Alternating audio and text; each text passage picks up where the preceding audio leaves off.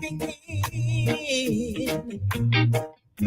Is it a world without love? What kind of life am I living? Is it a life without love? I can't be happy and I can't be free. Everything I try, there's always someone wanna hurt me. Why can't we love one another? Why can't we help each other? It is a fact we want better in life. And that doesn't say to hurt your brother.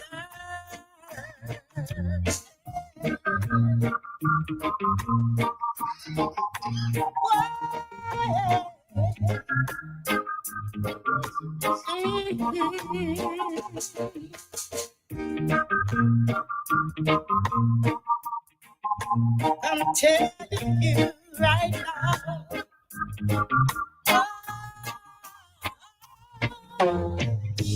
I can't be happy. I can't be free. Everything I try, there's always someone wanna hurt me.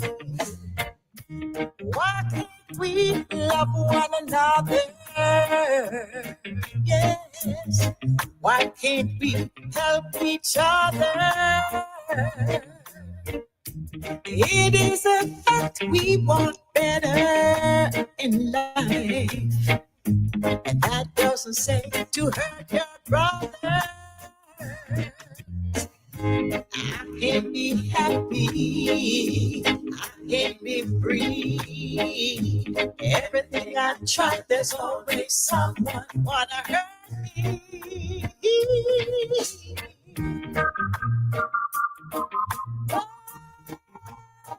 Oh,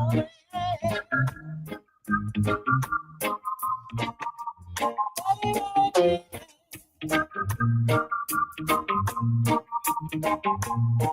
Oh, yeah.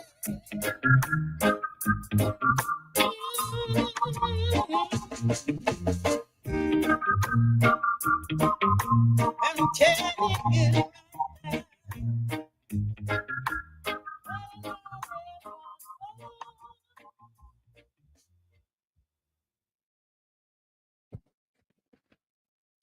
Grand Risings, family, Grand Risings. Welcome to the galaxy of we.net here on the Blacknificent show. Whoa, been attacked, been highlighted. Had some interesting conversations, heard some different dynamics this strong. Let's start. As we do here on the Blacknificent show, to all those who are in the listening here, we review the last 7 days and we set ourselves in a clear state of mind, clear state of being. We also not only clear our minds, but clear our environments around us as well. In other words, influences from outside of who we are. Hence, the question that is on my mind, how much are we being influenced by influencers? Seems to be the buzzword at the moment. The influencers influencing us. Those who have a mind, critical thinkers, I think was the way how it was proposed to me some time ago. Right, just a moment. I'm just gonna close this door.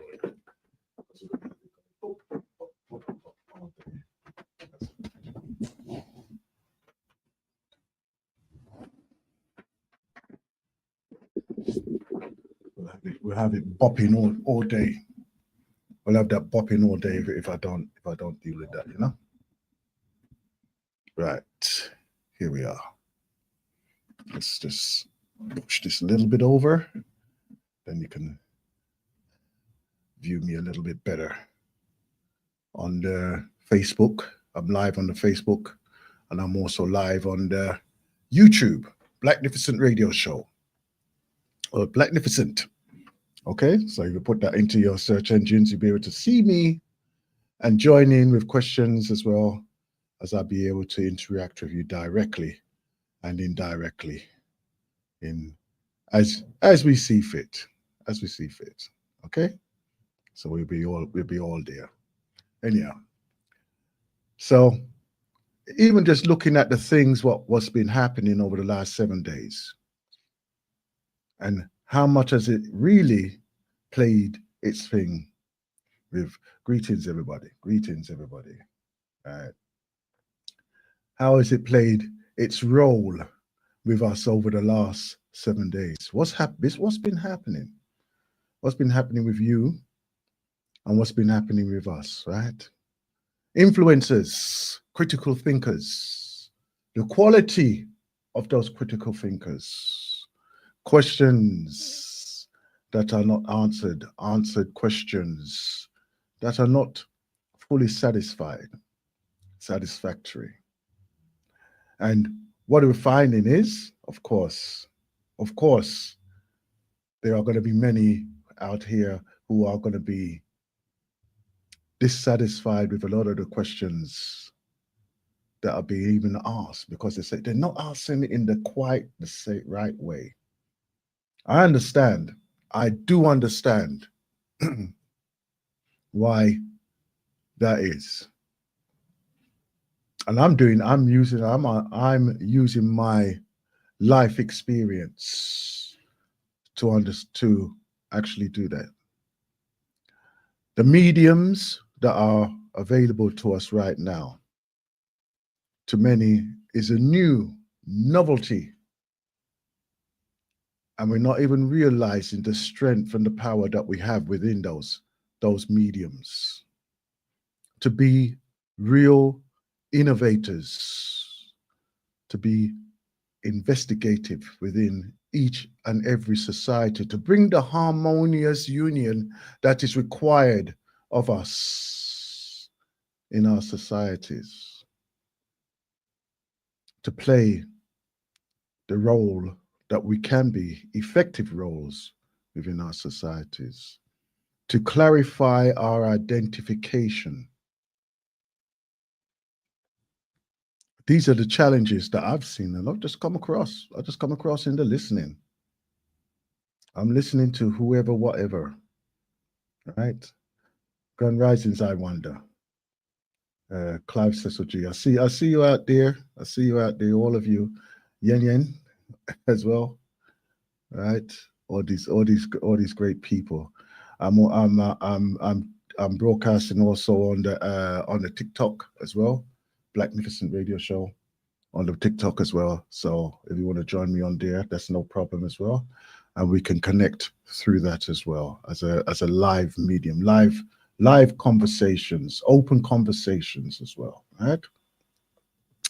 Now, there's many of us here who want to know what our future holds.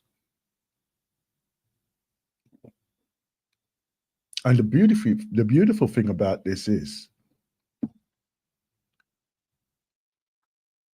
that some of us have woken up from being manipulated. If only we gave ourselves the chance to listen. We have to change sometimes our paradigms of how we're listening as well.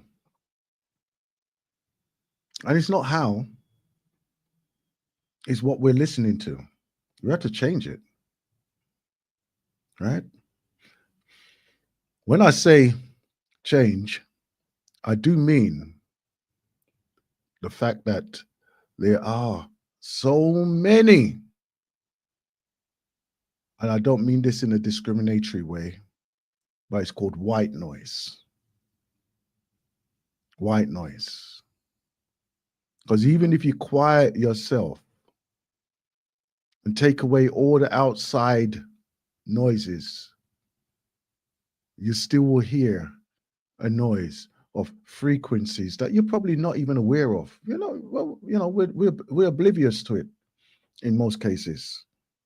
Some of us are extremely sensitive to different frequencies. Some of us are just totally oblivious to it. Right? It's like a shock wave. Right? It's like a shock wave, a sound wave what is reverberating right around the world. It will affect many in various ways. Yes, yes, we are the ones who are responsible for what is happening. We are the ones who are very influential around the world.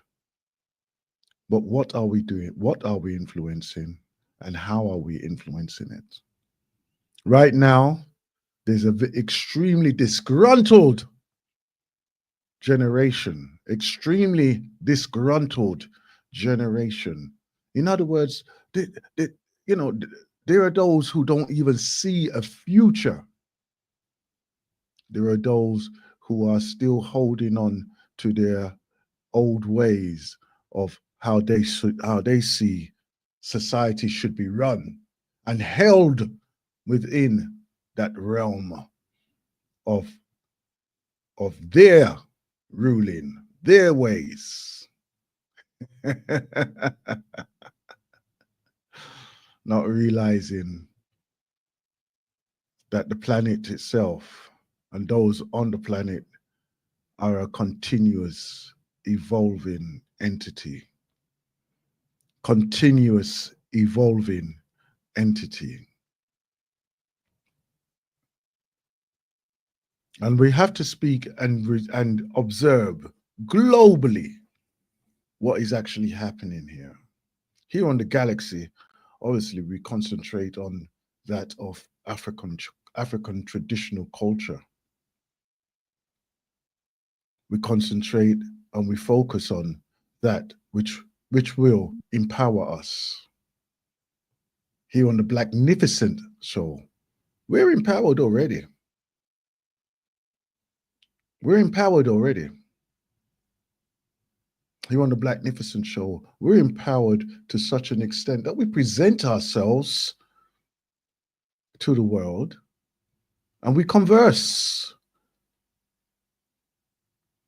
even with those who find it despicable to be amongst us, around us, with us, those who find it abominable to even be in the presence of someone who looks like them or be like them. Yes. But we empower ourselves to be our true selves, our real selves, encompassing the rights, the wrongs, the indifferent. Not that we're saying that we're going to follow them. We're not saying that at all. But the fact is that they have made their choice. And just like anything out there, it may come into usefulness in the future, and it may not. But there is a core, a main way of moving forward with every society and every life. So today's theme of how do we see ourselves in a progressive society? How do you see yourself? What part will you play? So bring your questions, bring your theories of how you may see the future. Let's look for a solution. Let's talk into solutions in preference to what was. Because obviously, what was then. What can be in our future can be truly magnificent and so progressive beyond what is even capable even today, that we can do that. We can make the changes. We can make the difference right here, right now, in just our conversation. Speak it, and it shall come to life for those who are into the manifestations of the gifts. Right? So the lines are open at 074 953 95360. In this your time, man, you happy man. You get carried away by captivity.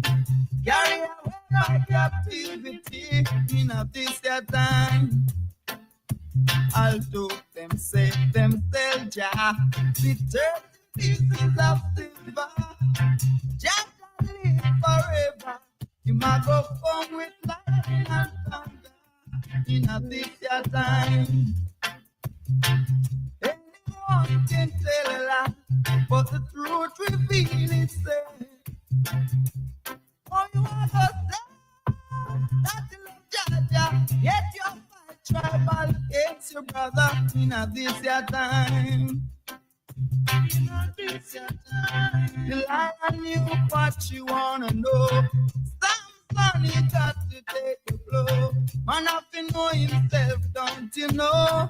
Birds tangled by them feet, man I got tangled by them tongue. So it was written, so it must be done. In this your time, yeah. In this your time, in this your time, yeah. In this your time, yeah. Oh, you want to say that you love Jaja, yet you fight tribal against your brother. In this your time, yeah. In this your time, yeah. In this your time.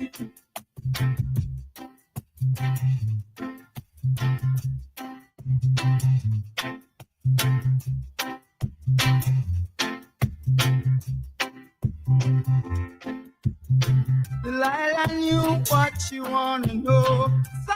Samson, he got to take a blow. Man up to know himself, don't you know?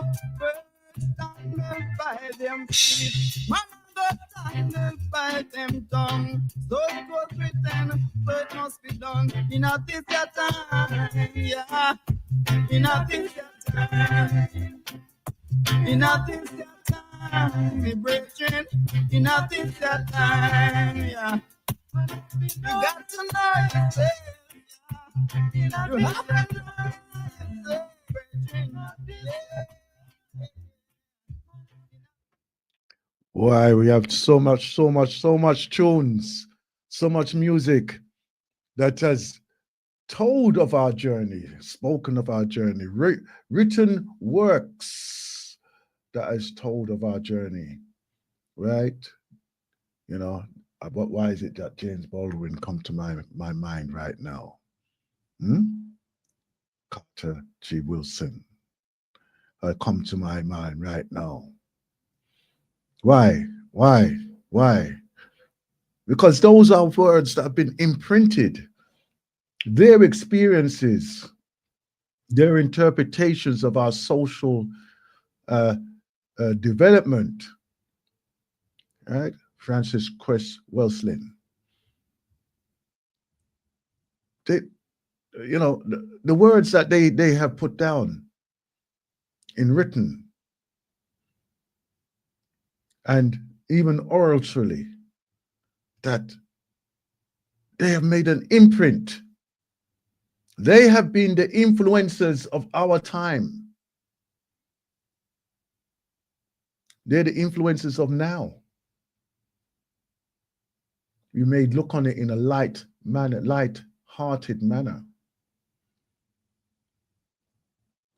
But if you really delve deep into the teachings,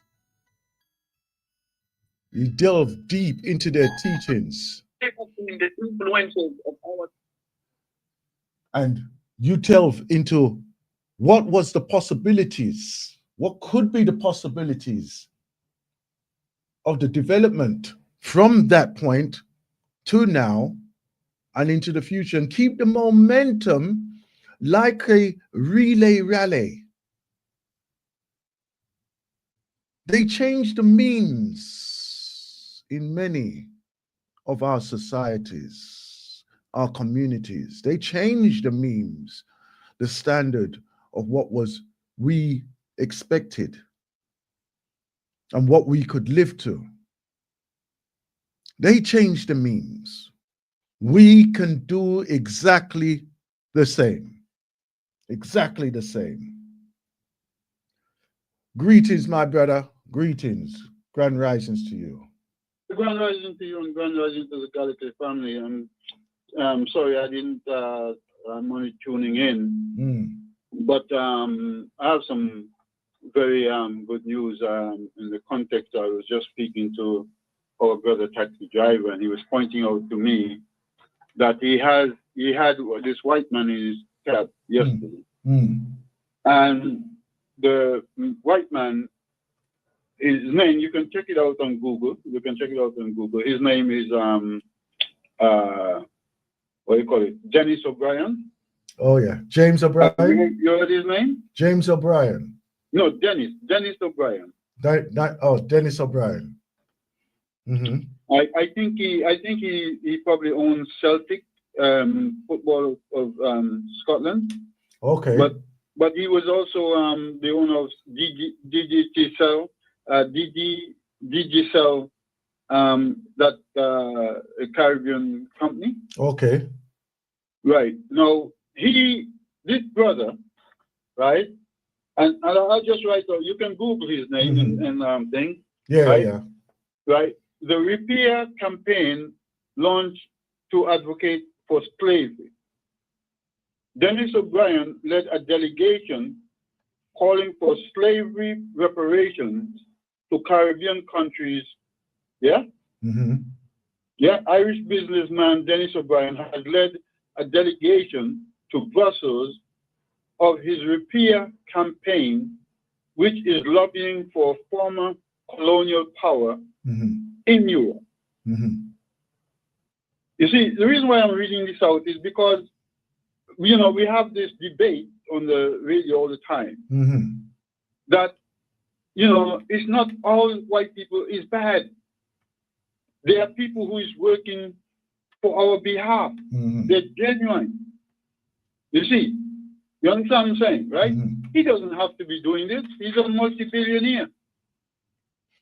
Right? Okay. I hear what you're saying. Right? And in many ways, right? Okay. What obviously we would love to see, and probably we would be more comfortable with seeing and I'm speaking in an advocate way, right? We would probably prefer to see somebody who of us who look like us, right? And from our cultural background to bring that conversation to the fore. And I hear what you're saying. And our taxi driver as well, right? And the thing is that Dennis O'Brien, right? He, right, it's just like you remember when they had the what they call them again now? Oh gosh, it's right on the tip of my tongue. Wilberforce. What were they? What was the organization? When they were the people who think of slavery. Abolitionists. Yeah. And the thing is, it wasn't that they were the initiators of that process, you know. Well, no. But what I'm saying is that the point is that what we have to understand is, okay, that sometimes these people are embarrassed by their own people. When their own people get involved, when it's only us alone, then we're not paid at the attention that we should get.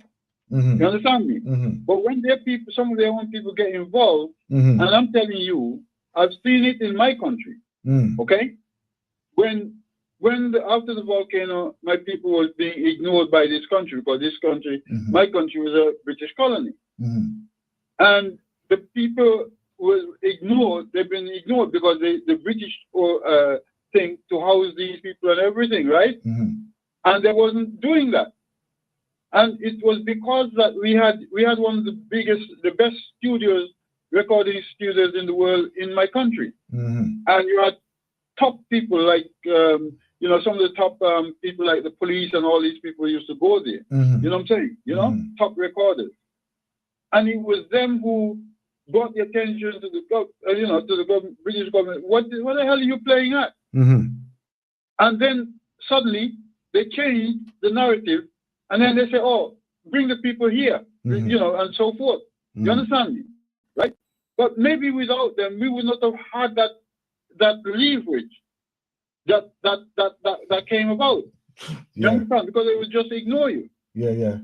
And that's what I'm saying. That I was saying the other day about the situation in South Africa. Yeah. Right? When South Africa, the campaign was there, yes, the blacks were doing their bit, but we also have to remember that there was lots of strong white groups fighting for the same thing as well. Right. Now, listen, I'm. You know what coming to my mind right now as you're speaking that? The journey of the Black Panther. Yeah. Right. When they were ready to bring the social issues to the forum or to the public ear, right? Because remember, it started off as a community activist group, right? And then when they started to deal with social issues, then they incorporated others. And when I say others, outside of their community, because America, unfortunately, is a socially divided or community divided system. So when they started to combine all of those things together, right, that is when they incorporated others in the movement. Yeah? Yeah. So even to say, okay, then, I'm a Panther. Do not be surprised if somebody who doesn't look like us culturally stands up and said, yes, I was a Panther. Yeah? Right. Don't be surprised. Right. You know? Right. Right? Correct me. I mean, those in the listening, correct me if I'm wrong. Right?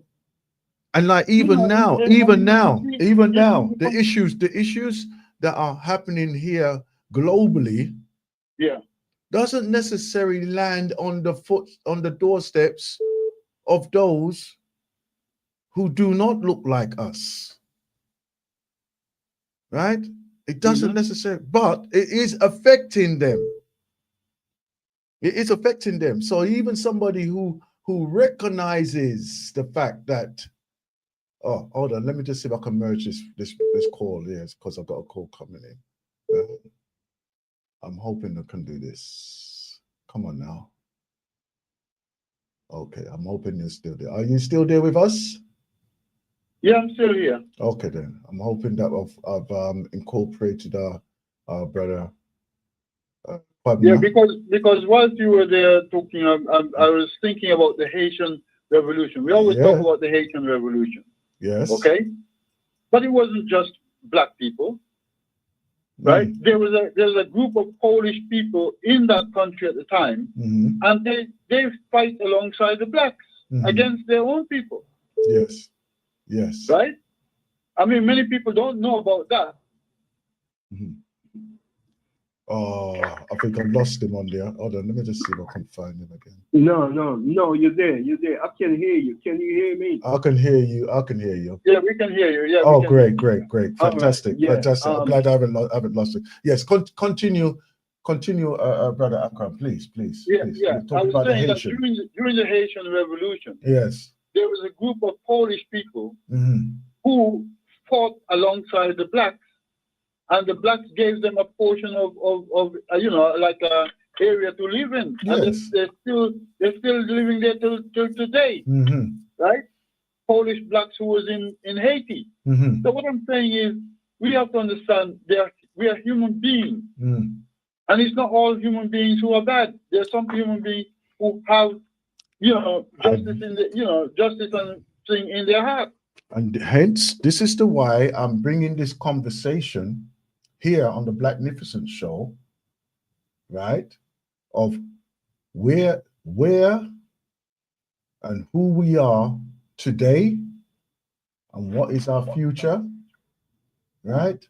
And how can we see our future improving, right? Okay. So Yeah, this is the reason why I'm bringing of this course. conversation. Let me hear what Brother Kwabna has to say, because obviously you the word that we are looking for is partnership. partnership. All right.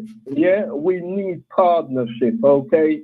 We cannot do it on our own. And if we were paying attention when we were watching Hollywood movies back in the days or even now, yeah, right? Yeah. In some instances, yeah, we have got to do business with the enemy, okay? Likewise, the enemy do business with us, yeah, because they themselves select a weak link within our system or our organization, yeah, invisible that weak link and get that weak link to be sending information out, yeah, or giving them information, yeah, about what we are talking about in our secret places, okay? So we do need partnership, okay? And I'm totally I would like to agreeing ask with Akram. I would like to ask you both a question. I hear what you're saying. I would like to ask you both a question. With what is happening today, right now, and how the general public in certain regions are reacting to how they are being governed, right? Even here in the UK, right?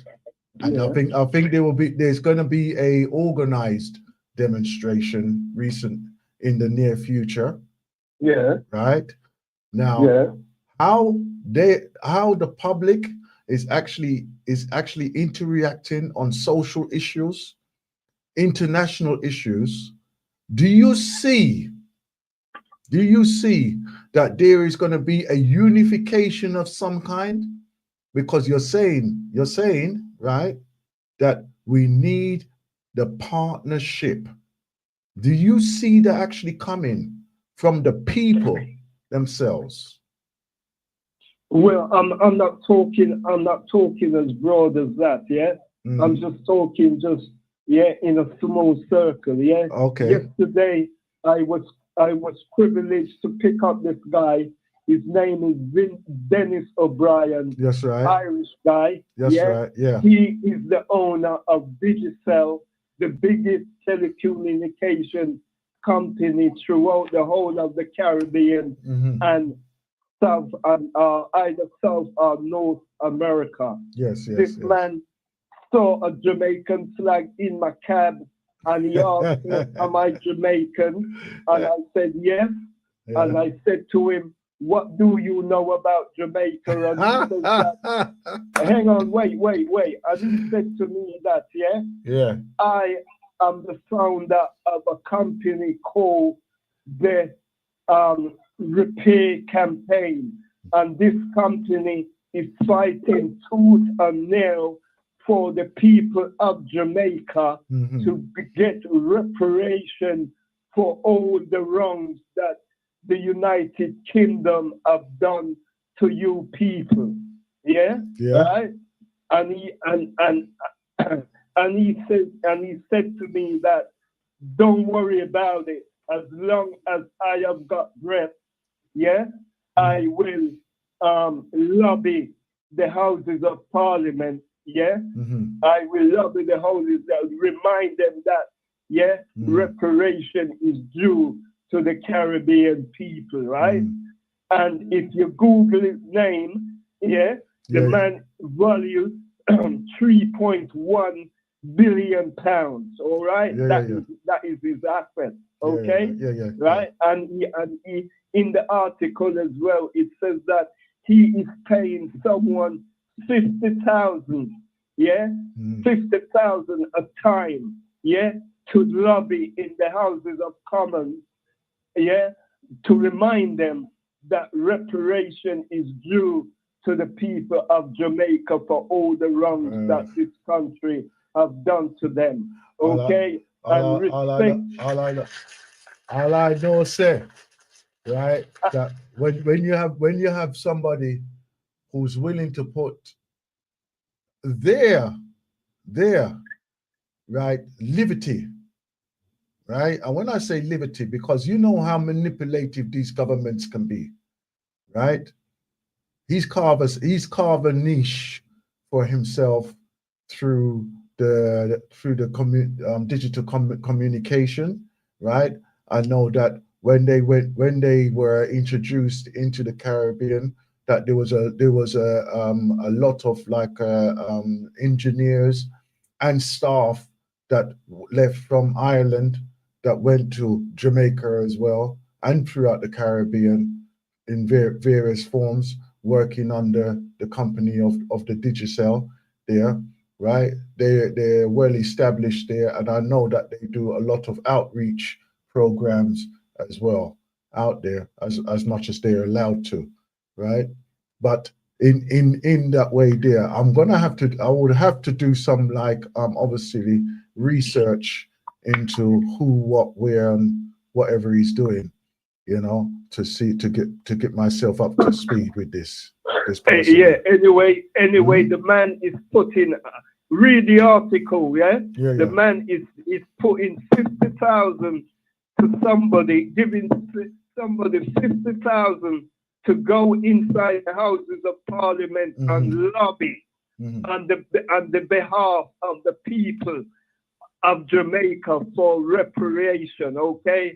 And you've got to, I respect that, okay? And that is good. And we do need people like that, because if I wasn't a taxi driver, I would not have been privileged to come across a situation like this, okay? Would know nothing about it, okay?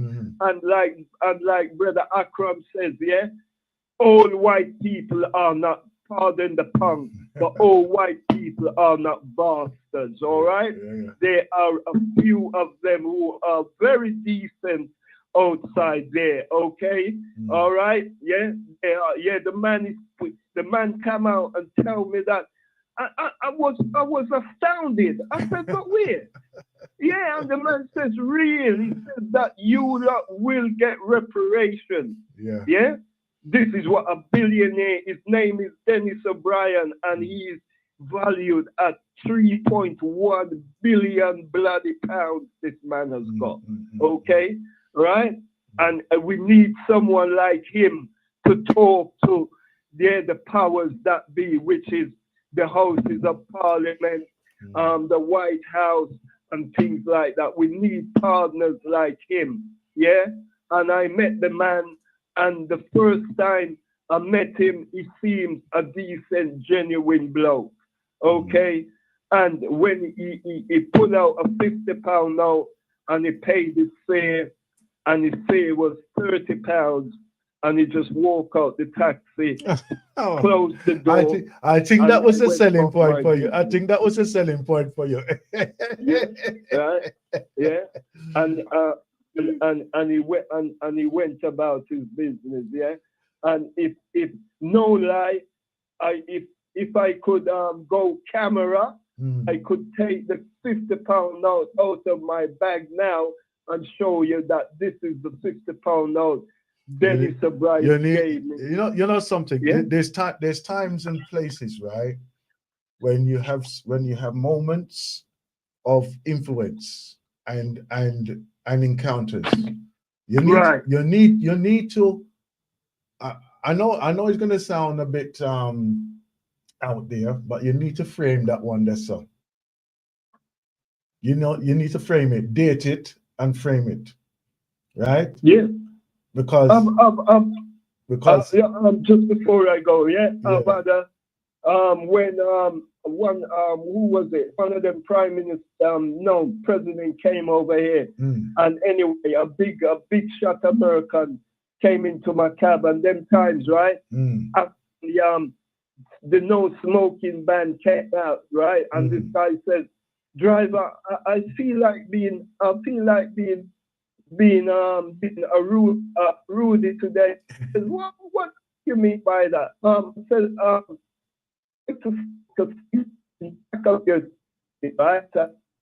I will blow. Hold on. You're gonna have to repeat that last. You're gonna have to repeat that last because it broke down. The line broke down. Could you repeat that last piece? Yeah. He says that I want to be a rebel today. Yeah. Okay. I want to smoke a cigarette in your cab, right? What? Yeah. Yeah. He says I want to smoke a cigarette in your cab. And I says, what do you? Yeah, you can't do that. And that is not allowed. And he says, if you permit me to smoke a cigarette in your cab, I'll give you £100. Yeah. And straight away, I said, yeah, you could do that. Yeah. Hold on. You don't realize that man will set you up like them ways there, though. Well, they don't do the on spot inspections anymore. He smoked a cigarette, but he never smoked all of it. Okay. And the man gave me £100. But before then he was telling me that he's over here and he's part of the presidential thing, and that, I've met loads of people like that. I've had Tony Benn, the politician. He died now. I've had him in my taxi. I've had Boris Johnson before he became mayor. I've had Lord Snowden. I've had Nigel Lawson, the chancellor back in Maggie Thatcher's time. I always seem to pick up all these la-di-da type of people. They seem to always. I don't know why. And you're right. I should get a scrapbook. And keep a record of it. But I always get, not blowing my own trumpet, but I even had what's his name, Devon Malcolm inside my taxi. I've even had Chris Eubank, Brian Lara. I dropped Brian Lara at Harrods. I dropped Brian Lara at Harrods. I've had Terry, the Chelsea captain. He's no retired. Lawless, is it? Lawless is his name, I think. Is it Lawless? Terry. Anyway, he used to captain Chelsea. I've you see how much football I all these and I've had Lord Snowden, the Queen's sister's husband, and he, at the time I picked him up, he was in terrible health. I had to help the man in his house. His knees gone, man. Gone. Meet all these big shot people. But anyway, I met this billionaire yesterday, and he's saying that he's fighting tooth and nail for the people of the Caribbean to get reparation. And he says, listen, I am Irish. And he said to me before he got out the cab, he says that you black people and we Irish, both of us has been through the same separation. Through the British system. I haven't spoken into the Irish link. Not necessarily as a family link, but things that's happened over the years, like when my father and mother came to England, and also in Jamaica as well. You know, where they've been a part of what's happened with us all over there as well. You know, and not in a negative way, but let's say who scratch is, if I scratch yours, he'll scratch mine, type of thing. You understand? Yeah. So we need partners, and and I'm quite glad to know that somebody is in the Houses of Parliament who can talk the Houses of Parliament language to the parliamentarians in Parliament. There's always an advocate. Language, right? We need a representation like that amongst them people, right? Yeah. There are various individuals within there, right? You can book a session with them, right? If you have a proposal, right? You can develop a what do you call it again now? When they do a presentation to the House, you can develop that with them as well. Okay, so, and they have the staff there to help you to do that. Oh, right. You know. So it's not out of our reach. It's not out of our reach in any way. So yes. So with that information, then a lot more of us should walk off the street and go in and have a little conversation with these people then, and just like the Jews and the other nationalities of this country do. That is why probably they get ahead, because they have got somebody in the House of Power that is lobbying and doing things for them. We do not do things like that. But I know that the Jews and things like that, they have got people inside there that lobby for them. Yeah, knock on the door and say, hey, listen, we are out here, you know. Yeah, and we know what's going on. But we do not, we black people do not do that. Yeah, and that I know for a fact. Yeah. This is when you see why I'm having this conversation right now, right? I hear what you're saying, and I appreciate what you're saying. Both of you, both yourself and Brother Akrama. I appreciate what you're saying, and the reason why I appreciate it is because that is where we are today, right? I want us to leave from here this afternoon, right, after this program, with some kind of direction that is going to be moving towards a new direction, right? Even if we create a new meme, right? It may not mean anything at this moment, but it's a momentum, it's a movement, it's a push forward, you know? Yeah, thanks for that information. I didn't know that we could do that. So I'm gonna look into that. And yeah, I am a very opinionated person, just like everybody else who comes on the radio here. And and I will go in and have a talk to them, or if not, get a website and get there and send them a little email or whatever. This is why the Jews and the Chinese and the Indians and them type of people do. Put the questions out there. That is why probably they seem to get on when it comes on to certain get ahead in certain things, because there's somebody lobbying for them. Like anything, right? If you don't put yourself in the arena to play part of what is going on, then how do you expect anything to happen? Huh? There's many Yeah. armchair sportsmen, right? Who can play a game 10 times better than the man who's playing out there right now. Yeah. Right? Yeah. But the fact is that he hasn't gone through the training. He hasn't gone to apply for anything to go and say, let me put myself in position. Yeah. Right? Yeah. Anyhow, hold on. Yeah. Let me just see if I've got this call here. Right? Greetings, caller. Yeah, Mahat Otep, my brother. Okay. Right again. Greetings, brother. Greetings. Come Yeah, forward. and greetings to brother taxi driver and brother Akram. You know, I just want to give a opposition to what my brothers are saying. Yeah, sure. You know, the first thing, and I'm hoping that they can put their phones on mute because I can hear the feedback. Okay. Now, that being said, before I give an opposition, let me just give a framework, which is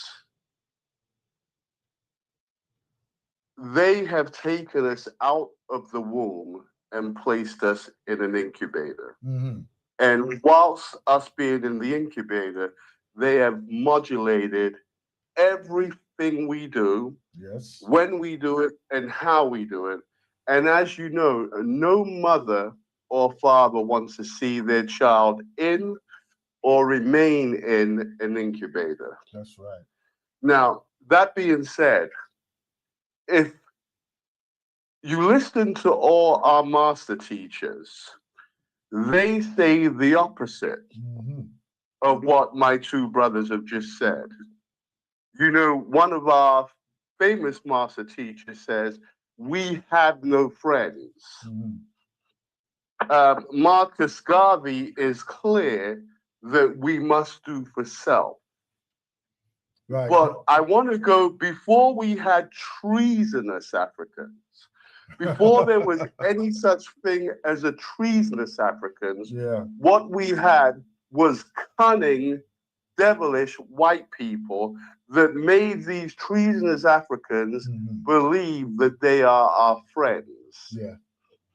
And they came with a methodology, and you can read it all throughout the 1950s, 60s, 70s, and we can really go back to the time of the the 1400s, where they appeared to come as friends, but their motives were completely different. Yes. Now, I'm trying to get this as a baseline understanding. So when we meet these white people who appear to be friends, they have a different motive. They are not benevolent, and there is no benevolent white person. They are malevolent. They have their own motives. They have their own reasons for doing what they do. And that is not the liberation of Africans. They don't die for us, and they don't die with us. They will take a side for their own political positioning or their own business positioning. And we have to understand how they work. Listen first. Yes, we have to understand how they work. So I'm hearing my brother talk about this billionaire, right, who is running this digital mobile enterprise in our country, right? When we could be doing it for self. How did he actually get that? How did he manage to put himself in position to do this? And when people lobby, they don't lobby for others, they lobby for themselves. That's right. Right? And so I just wanted to bring a different understanding. So if you want to, any of us want to walk around romanticizing the goodness of white people, I'm here to tell you this is how they took Africans out in the first place. Right. Now, I land there, my brother. No, I'm hearing you, and I am hearing exactly what you're saying, right? And please correct me if I'm wrong in what I'm about to say, right? Now, I'm going by my readings of black literature by black African um, authors, and looking at what how they were influenced or played their influence, and I'm emphasizing influence because as I started the program today, I'm talking about how the influencers are influencing us, right? So I'm going to be using that terminology as I'm explaining here. Now, the influencers or those who have been influenced over the years, right?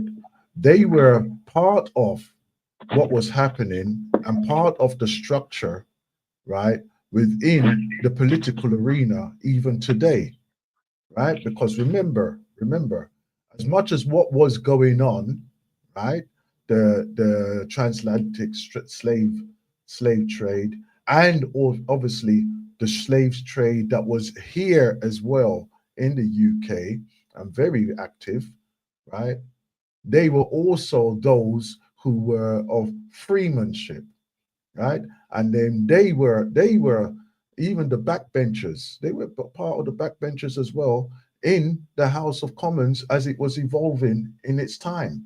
Even in the law, even in the law courts as well, they were there, right? Because they were the ones who were giving information,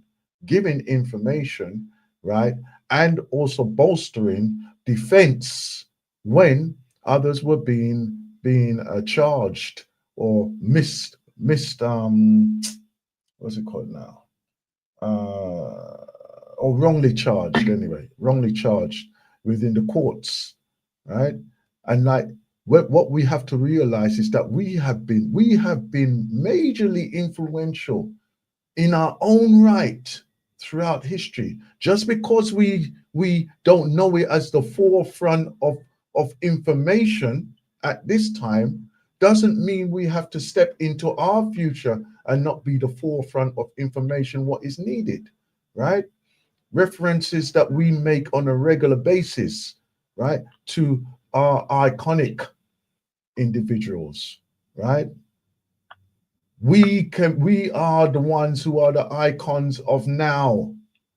We need to put a firm stance into where we are and where we're going, right? And what direction we're going, right? Because as it is right now, as it is right now, we're still being led down the pathway of the yellow brick road. We're still being led down that road, right? But in many ways, we are the ones who are in control of that as well, right? So let's have a real conversation today, right? And make a real statement that is going to be influential to those in the listening for today. So I appreciate what you just had to say, and I'm quite happy to disagree with any assertions that we are in control, because we're not in control. Well, that's why we're having the conversation. This is why we're having the conversation, brother. Right? Yeah, no, I appreciate that, and that's why I'm just saying, looking through an African lens, it is clear that we are not in control. There's evidence all over the world where Africans are that support the position that Africans are not in control of, one, their own affairs, right? Two, their own outcomes, and neither do they have any agency over what they do and how they want to do it. Because as I said, we was taken out of the womb and placed into a incubator. Now, these are not just statements, there's examples of proof, right? There's examples of proof, and we have to be analytic and analyze correctly. Yes. So we can't look at what's going on in Africa and say that we are in control. As a matter of fact, if the continent, our womb is not in control, that's an indication that all Africans outside of the womb are not in control. So it's how you understand and analyze this thing, right? The idea that we're in control, or Brother Ged's in control, or Brother Taxi Driver's in control, because we managed to do something individual that supports ourselves is not evidence of control. We must have a global position. That's right. That's right. And by the way, these crackers, these devils, have a global position on us. We must have a global position on them. And until we reach that global position, we will never be in control. Right. And you know, our master teachers. Okay, then. Go ahead. I just want to pause. I just want to pause you on that, and on that statement as well, right? How do we start initiating that process to gain control? Well, I think, you know, what you're doing now is, you know, matter of fact, let me take that away from you. What Galaxy is doing now. Thank you. and providing this type of reasoning amongst Africans, by the way, not just in the UK, but globally. Globally, yes. Right? Because we're not the only ones Yes, we are able to tease these things out, hopefully in love amongst ourselves.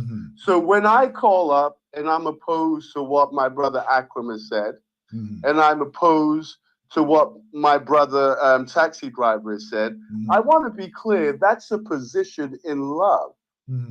Now, if we were to fast forward this thing 50 years down the road, that's right, I may not be able to stand with them on the battlefield because our cognitive position. Because if they anticipate that there is a good white man, then that good white man is the one that's going to come in and topple this whole thing again.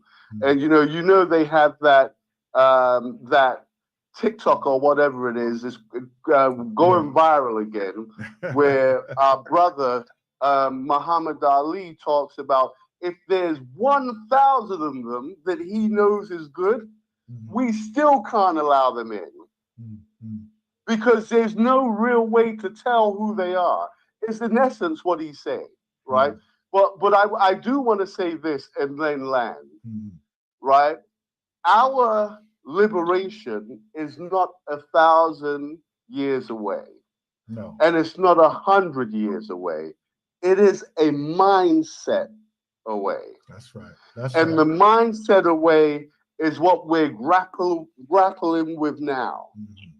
Right? And you know, and I know the mindset that I have is the mindset that we must have. It's the mindset that serious Africans are coming with in order to achieve liberation. Yes. And I land there, my brother. Thank you so much. Thank you.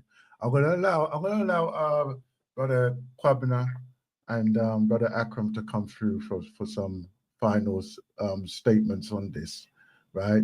Because as you know, we're going into our midday meditation as well. Yeah. Go ahead. The evidence is clear. Yeah, we do need partnership. All conquest in history, as far as my knowledge is concerned, the enemy had to work somewhat with the other side in some capacity, whether in a large or limited capacity, to get the job done. Okay, back in the days, the Roman had Judah. They were working with Judah. Okay, that's the only way that they could have get to Jesus the Christ. Okay, so that was a partnership. All right, yeah, and that type of thing still remains. I was privileged enough to meet this billionaire. I do not know him from Adam. The man was your just came out first time and meeting telling him? me the work that he is doing. Okay, I know the history of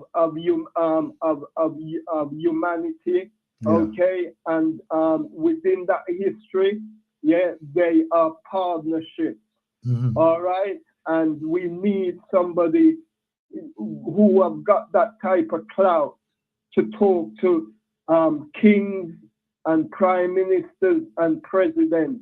Who is gonna talk to somebody who is just the normal taxi driver? Yeah, I've got no foundation. But this billionaire guy, they would listen to him, whether they would adhere to what he say, but they would give him a time of day. But they wouldn't give someone like me a time of day. So unfortunately, respect to him, and I wish him all the best in his endeavor. And the man says, "Don't worry, you black people will be compensated for the Atlantic slave trade." Okay. And that's that. All right. Brother Akram, any last words before we move on to the next segment? Yeah, well, as I said, I mean, I agree on part of what the brother said, but as I said, Brother Gabe? Brother Gabe. But what I'm saying is, we cannot put everybody in the same box, okay? And maybe one day, as he said, maybe for me sometime he's much younger than me, so maybe he might live to see it. That maybe this man, what this man is doing, he may still come to fruition because of him. What will he say then? Yeah. You understand me, right? I mean, I sent it to you. Yeah. So maybe you can read it out after the thing, what he said. It's a small article. I'll have a look at it. It's good for you to read out to the public what the man has said. You know what I mean? It's called repair. I sent it to you. Have a look at it whilst you're on the thing, and maybe you can read it out after the next part of your show. Okay. Before you go on. Yeah, because Sister Sandra and myself would like to push this conversation and the theme further. You see, so we're looking for the we'll send it on to her. I mean, so that she can have a look at it before she come onto the program, because I think it's vitally important that we see. Because I mean, for me, this is big. You know what I mean? It's very, very big, and he's actually gone to Brussels. He's gone to the Parliament here. Listen, I'm aware of it. I'm aware of his presence within the Caribbean. I'm aware, and like his influence within the Caribbean, right? Obviously because of the communication aspects, and what they've been able to do over the last, I think it's 30 years. 30 years. That he's been there for 25 years. 25 years. 25 years. Yeah. But the point is, what he's saying is, look, sitting down and talking with the people, engaging with the people, gave him the inspiration that this must be done. Understand me, right? By sitting down, engaging with the people, talking with the people over the years, he realized the importance, because we've been pushing for these things. Nobody's listening to it. Maybe they might listen to him. Nobody's listening. You know, that's a sad thing in itself, really, isn't it? When you think about it. Yeah. That nobody is listening. Nobody's listening. Yeah, nobody's listening because we are nobody. Yeah, pardon the pun, but nobody who is. Do you think that the Prime Minister is gonna stand up and give somebody like me the time of day? He's gonna look at me like I'm more than you. He's gonna look down at me. Let me tell you something, Brother Kwabna. Let me assure you something. We need a lawyer to talk to another lawyer because they know the That's not language so. that they speak. Yeah, we need a doctor to talk to another doctor because they know how to present the case or whatever. We need partnership. We need people like Dennis O'Brien. Yeah, for good or bad, because they can go inside there and awaken a certain consciousness in those people and says, yeah, I never really thought of that, you know. I'm glad that you mentioned that. Yeah, all them things I've been sitting here and I've never thought of that. You know what I mean? Yeah, we need somebody like that. We need partnership, man. We got to work, find a way to work with each other, because people find a way to work to get to us, and we must find a way to get back to them. Yeah. I've sat down in those environments, right? And I've sat down with some of these politicians and everything else. And what I gather from them, right? And it's more than, I think it's about 4 times I've been into the House of Commons there. And what they do, right? They will just put out a series of questions, and activists from all over the country can apply to come in and give their synopsis of this. And what they do, they gather their information from those synopses, and then that's what they come with their presentations within the House of Commons. So when you say, Brother Kwabna, that nobody will listen to you, that is what they do. They glean the information that we are giving out. Even here on Galaxy, right? There will be those who are listening to Galaxy and say, yo, I just heard this article and I heard this program the other day, and this is what they were talking about, right? And then they feed that back. They feed that back to them. And then next minute, you're thinking, but this is what we were discussing on Galaxy the other day, right? And it literally is like that. This is what a lot of these talk show programs, right? They glean information from other places, right? So there is no partiality then. There isn't. So don't. And they don't look down on anything. No. But the reason why I'm saying this to empower you, right? To say to you that you are listened to, right? Don't ever think that you're not listened to. Right? I'm saying this to empower you, my brother. Yeah? Right? Don't ever think that, oh, because he's a lawyer, I can't speak and converse with him. Oh, because he's a judge, I can't come and talk directly to him. Don't ever think that. Yeah, ever. Well, in this world, what do you call it? Your connection counts. Oh yes.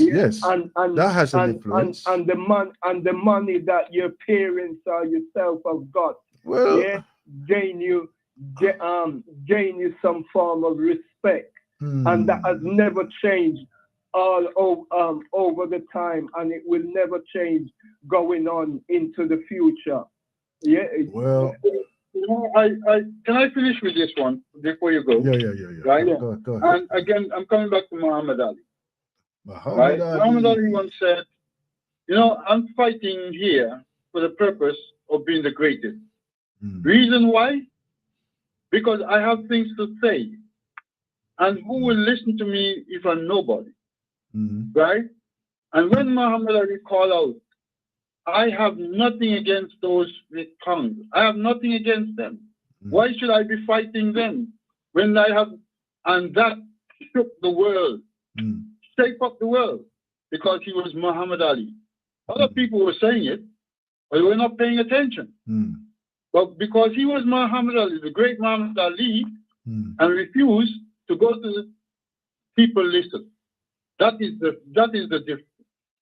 Sometimes, yes, we have things to say, but who will listen? Because they might hear, but they don't pay attention because we're nobody. Yeah. I know you keep saying this. We are nobody. right? No, But no, I would say, hold on. It's the hierarchy. That doesn't yeah, that does not sit well with me. That does yeah, not. it's a hierarchy. You cannot get rid of the hierarchy. It's even in family. I mean, a big family, say 5 sisters and brothers in the family. There is someone. The one of them is hierarchy. Yeah, is you know what I mean? The pack leader, and that is just nature. That's the way nature works. Yeah, well, one of them is the pack leader, whether designated to do so or not. But one of them will be the pack leader. That is the way. That is the way life. That is the way life works. Okay. Yeah, we do need partnerships, man. Okay. We really do. Right. We to get ahead. We need to know what these people are talking about. Yeah, we need the brown skin, the mixed race side of ourselves as well, because the mixed race side of ourselves can tell us what is being said in their household. You need to come. Yeah? You need to come. You need to come. What the opinion of the white mother and things like that. We need partners, man. We do need partners. All right. Yeah. Watch out. Hold on. You know what you need to do? You need to come to South London more often, right? To blackify yourself again. All right, listen. Thank you very much. Yeah. Let me move on to the next segment. Cool. Let's go. But anyway, yeah. Respect to this white man named Dennis O'Brien, yeah, and he's waving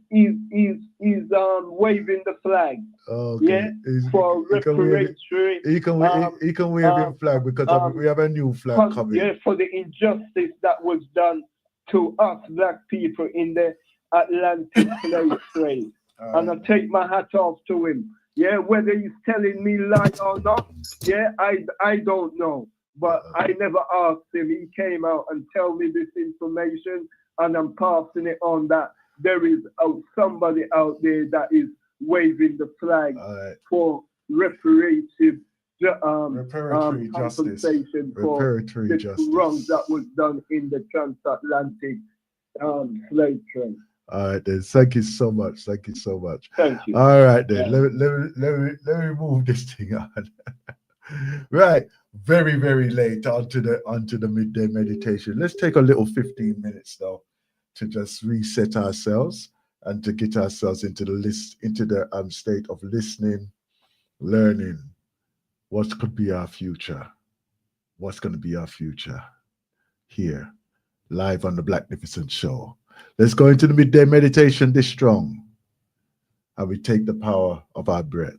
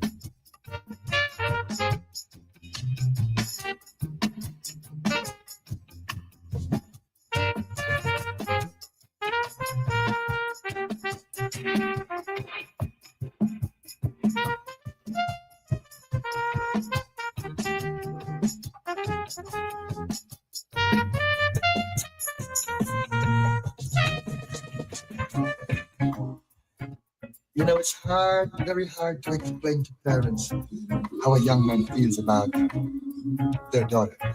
You know? They wouldn't understand. You want to go out and you feel something very special. Get the stuff. The song reminds me of the first time we knew that we needed each other. Mommy is always optimistic. She'd do anything that she could. Yeah.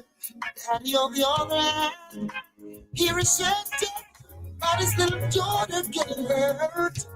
But what he didn't know is that someone loves her more than he does and is willing to fight. You know, here we are, been together since the day end. We're still here, loving each other through the bad times. We're still here, loving each other, smiling and dancing, celebrating for each other, smooth sailing, celebrating love for each other. Now you know, 1 and 1 makes 2. Oh yeah. Give us your love, give us your blessings, and sign us through. Yeah.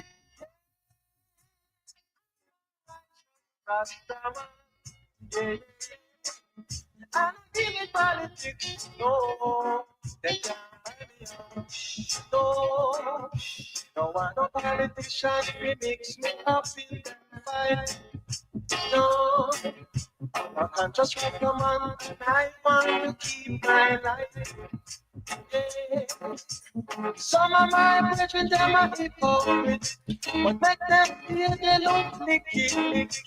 Judgment here, rather than a great passion. Yeah, make them want, I'm a righteous way. Can't get the rice, can't get the food we no. Socialist and capitalist sit down and share the wealth. Yeah. Promises and your promises, but when they fall down right on like this, judgment is not hatred nor no passion. Yeah. Make them scared. I am a conscious Rasta man. Yeah, yeah. Just Rasta man. I don't mix with politics. Yeah. I don't mix with politics. Yeah. They can't buy me up. No. They don't want no politician to mix me up in that fight. No. I can just Rasta man and I want to keep my life. Yeah. But some of my brethren, them are hypocrites, but let them stay, they look licky. Judgment, yeah, Rasta not when me passion. No, let them wonder I'm a conscious Rasta man. Yeah, mix with politics, no, I am a righteous Rasta man. Yeah. Them can't buy me up, no. I want to keep my life.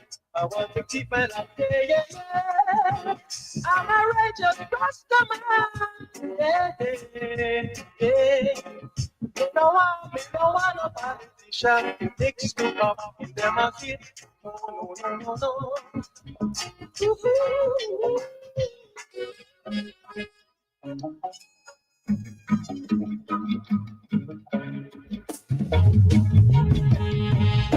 I'm standing in the garden of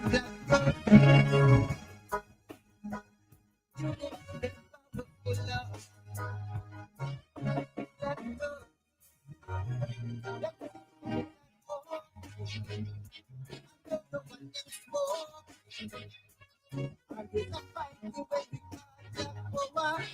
If no one give black youth a chance, because they chose. Them have it a fight with the can't over. Them no want give black youth a chance. Them easy about blackmail through them want to fail and not try to do cause of the color. Them teach we about the black heart, man. They make we hate we wanna complexion. No, them never teach you about the black mentality. And Martin Luther fight the war with prayer. Remember Brother Malcolm with the back against the wall. The bread and gold you bring up the fire. Them system is a joke. I don't know what they smoke. Them have it a fight we when we can't get over. Them no one to get you for a chance. Can't be because them choking. Them have it a fight we when we can't get over. Them no one to get you for a chance. Say black stars and black markets. Black gold in a black side and them want it. Them try to take with culture and with black tradition. And the lion shape them try to market. Now the youth them stacking cash by the black on the blocks. Invest in real estate so we can put we own a black. Stand proud for the black because we proud so we black. We proud so we black. And that's a fact. You see me that go. I don't know what them for. Them have it a fight with you because black over. Them no want to black youth for the chance. Assisting through the road. Them read because them choking. Them have it a fight with you because black over. Them no want to black youth for the chance. Yeah. Shout it out, over. The black over. Shout it out. The system is a joke. I don't know what them smoking. Them have it a fight when we call black over. Them no want to black youth for the child. A system to be broken. Can't breathe because them choking. Them have it a fight when we call black over. Them no want to give youth for the child. The system to be broken. You don't know what them smoking. Them have it a fight when we call black over. Black power, black power, black power.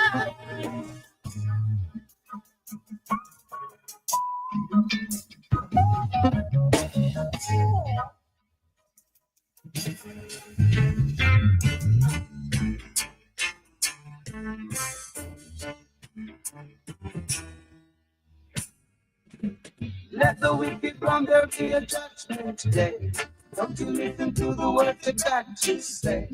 Workers of iniquity shall fade away, and they will be running on the judgment day.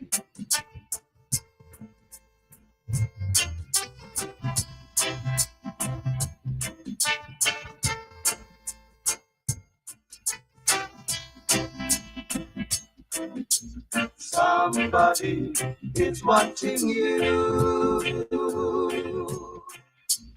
and he loves the good you do. Don't you hate your brother cause it ain't so smart. Give your brother nothing cause it's in you.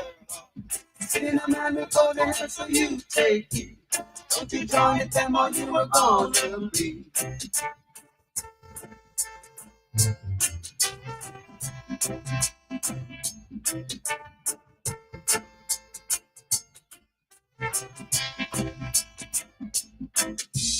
Do the best thing that you can,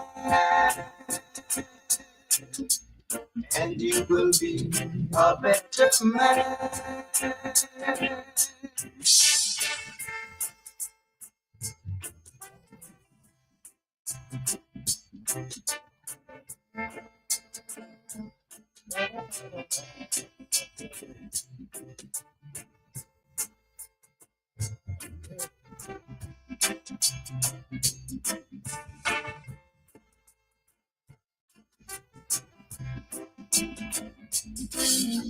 Somebody is watching you, and he loves the good you do.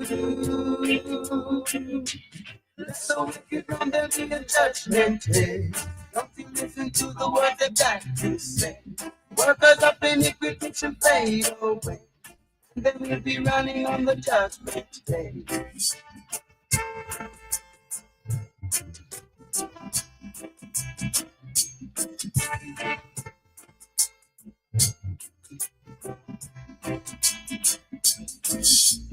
Do the best thing that you can, and you will be a better man.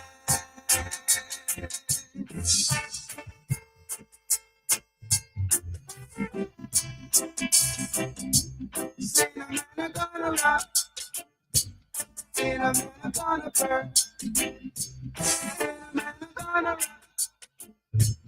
say no man gonna rock.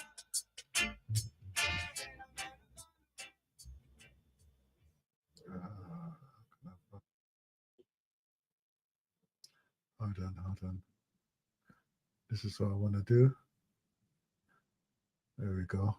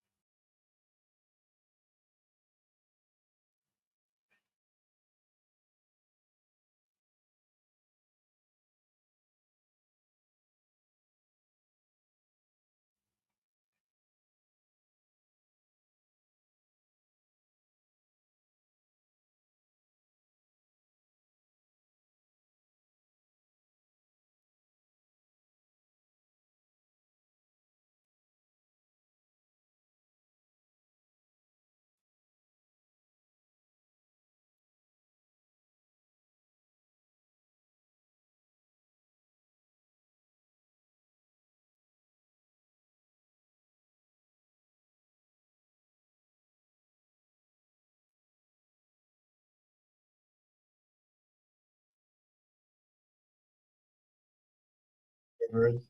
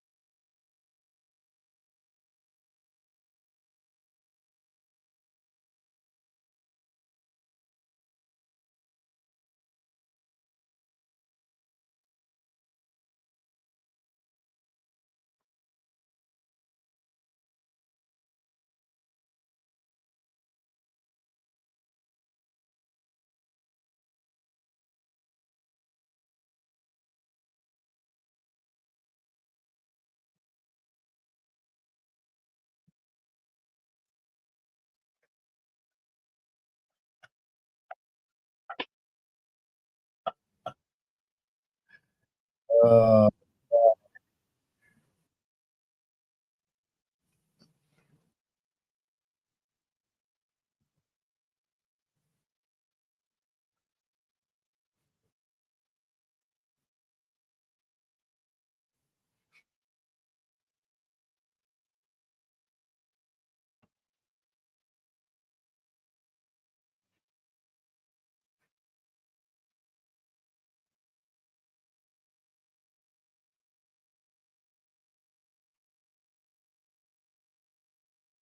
really?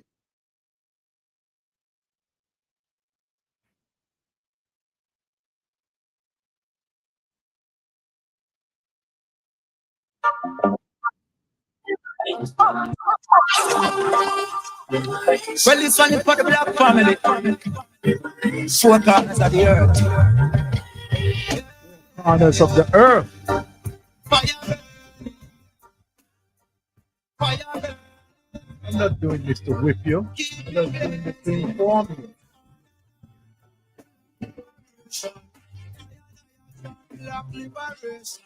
You call them preparation. Telling guns and making preparation. Preparation. Black liberation. I and I chant black liberation. You call them a putting a preparation. African nation, make a commendation. Repatriation, boy. The time is now, no hesitate and no procrastinate. Educate yourself, and that's the key when them try to navigate. Babylon now have to see black people, them are dominate. The plan is so them reduce and vaccine to depopulate. Let's tell we lies and let them stabilize me through the food. Let's tell the natural black woman say she no beautiful. Racist agenda in them TV shows and movies to the play that and young people let them black liberation. Black liberation. You call on them and put in a preparation. Tell England to make preparation. Reparation. Black liberation. I and I chant black liberation. You call on them and put in a preparation. African nation, make a accommodation. Repatriation. But tell my family, I know what they can do. How much black people live in the USA, Brazilians, put away with the differences and just be vigilant. See, I say, unify and no resistance. They want peace and feed that them steal the killing and in France, them for repeat that. All over Europe, and the police, them need that. You know, we make but this and the reaction when them above it. Black liberation. I black liberation. You call on them and put in a preparation. Telling plans to make preparation. Reparation. Black liberation. I chant black liberation. You call on them and put in a preparation. African nation, make a accommodation. Repatriation. Boy, but I know the police have just a treat me all the while. But I know the band of us and you gonna skip me again profile. But I know looking alone and choose family me again decline. I know we be so long and if you want to cut off mine, you must see man. Both be independent and the queen of the head of state. The picture on the governor general watch and that get them straight. The white man on the top and the black on the man level. Now get the rebel, this that black liberation. Black liberation. You call on them and we in a separation. Tell England that we make preparation. Reparation. Black liberation. I chant black liberation. You call on them and we in a separation. African nation, we make a commendation. Repatriation. Boy.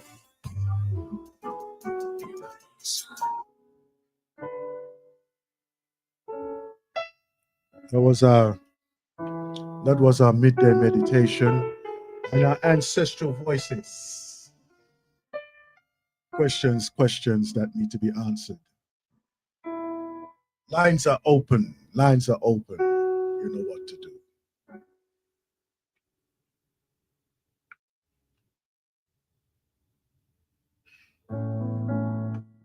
Imagine there's no countries. It isn't hard to do.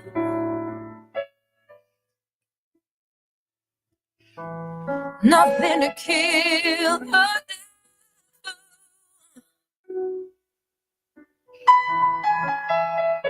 can no religion do.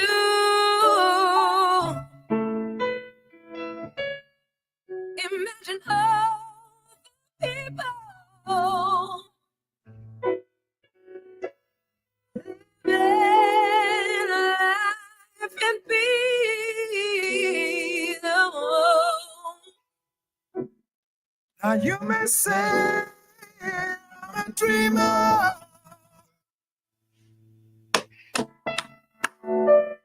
but I'm not the only one.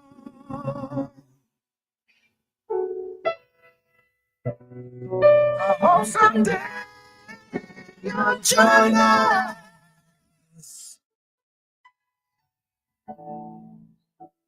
and the world will be as one.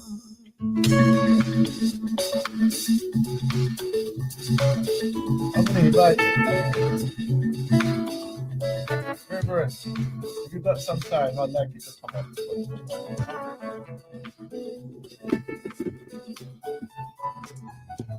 Imagine there's no heaven. It's easy if you try. No hell below us. Above us only sky. Imagine all the people living for today.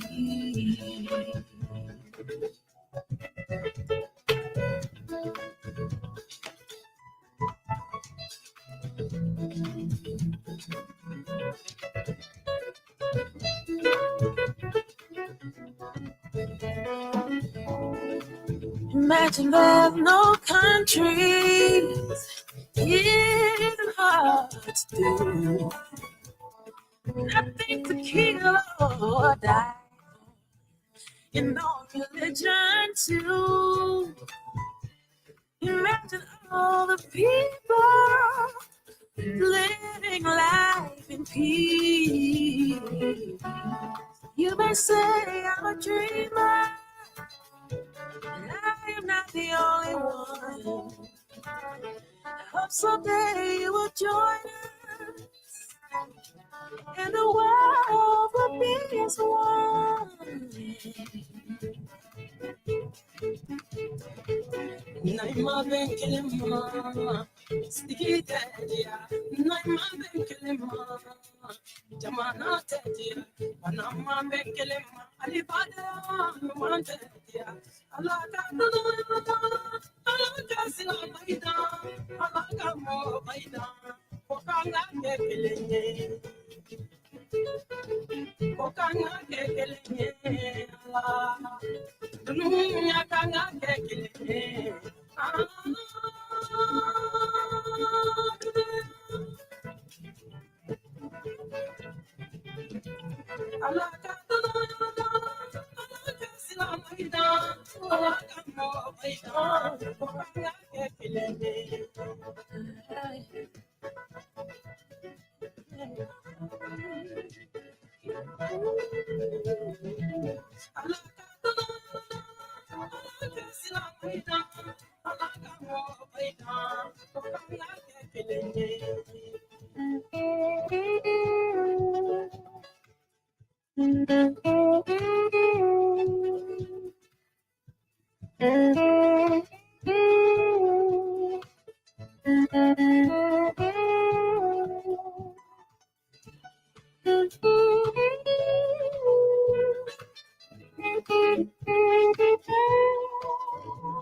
Oh, imagine no possession. I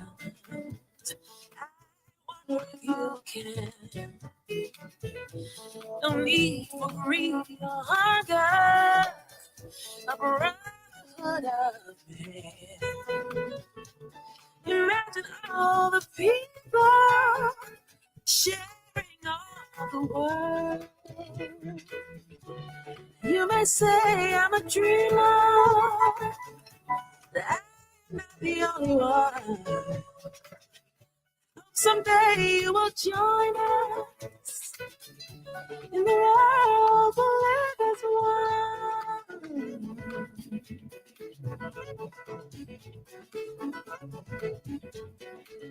Naima bengelema, sigite tia.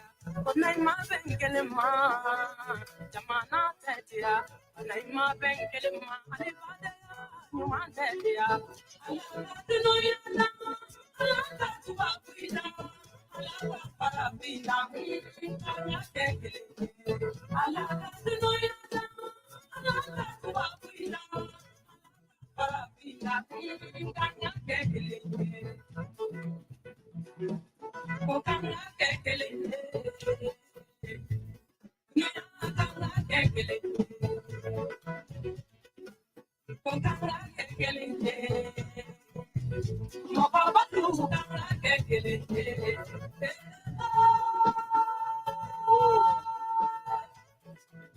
Words of power, words of power,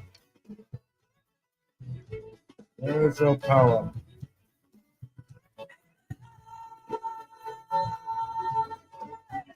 Welcome to the Blacknificent Radio Show here on the galaxy of Pui.net. If it's your first time listening in, we have a you see you. We start on me already. Okay. If it's the first time you're listening in, we are live network. We're live across the global network here on www.galaxyafui.net. Okay, so if you wish to come in live and direct, you can come through those mediums there.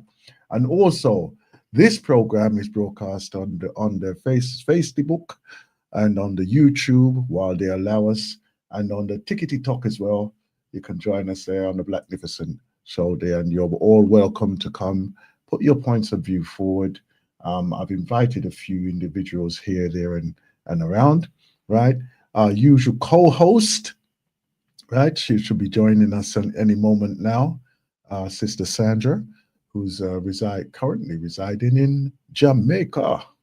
I am not jealous in any way whatsoever, at all, in no way whatsoever, because the sun is shining over here today, and whatever you got, we got as well, apart from the fresh fruit and the sea and the breeze and the fresh air and other little things.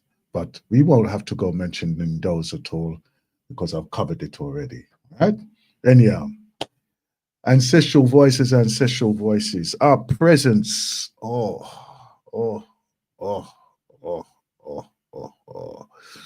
I know for a fact, you know for a fact, that over the years it has been left out of the history lessons.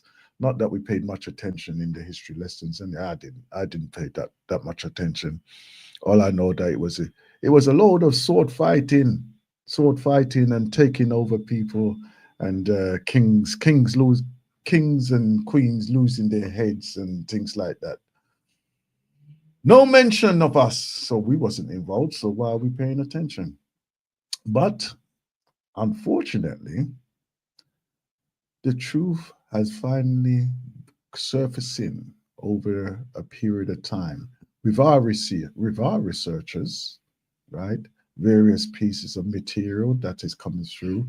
If we are putting ourselves in a position to actually participate in our research, which is extremely, extremely important. Ancestral Voices was taken from an excerpt from an audio book. African and Caribbean People in Britain, a History by Hakim Ade. Okay? African and Caribbean People in Britain, a History by Hakim Ade. The reason why I'm bringing this one through on the Ancestral Voices is because yet again, our identifications and our identity is at risk.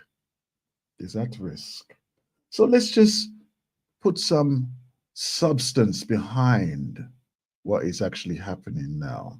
Let's put some substance towards the influence that we have had throughout the development of this place they call Britannia, Britain, and at one time Great Britain. Okay, let's have a look. Let's just put a little bit of history. Our part, what we played in there.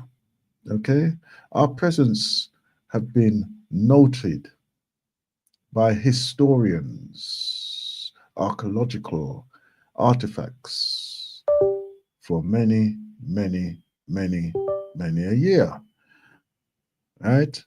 And the fact that we are still not giving the reverence for our presence, it shows the disdain. And I don't hold back in what I'm saying. The disdain that is attributed to us. And even now, they're still looking to criminalize our presence, saying that it is an illegal occupation.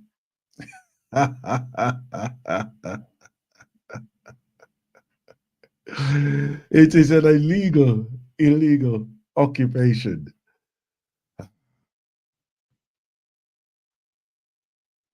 What can I say about that?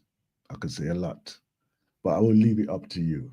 Lines are open on 079 953 953 60, right? And also on 0203 576 1786. Also on 0203 289 6504. We're also looking at bringing a new meme, a new way of looking at how we can produce our future, right? Our future as globalists. Globalists.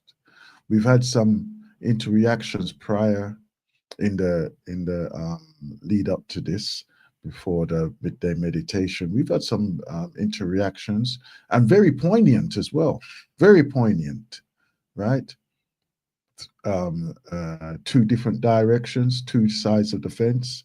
No, not a problem, because that is where we are. That is how we are, right? We've looked at the history. We have seen and experienced what the history. Some of us have had a lifetime of trying to justify even our presence in towards our own families. Our own families are challenging our existence.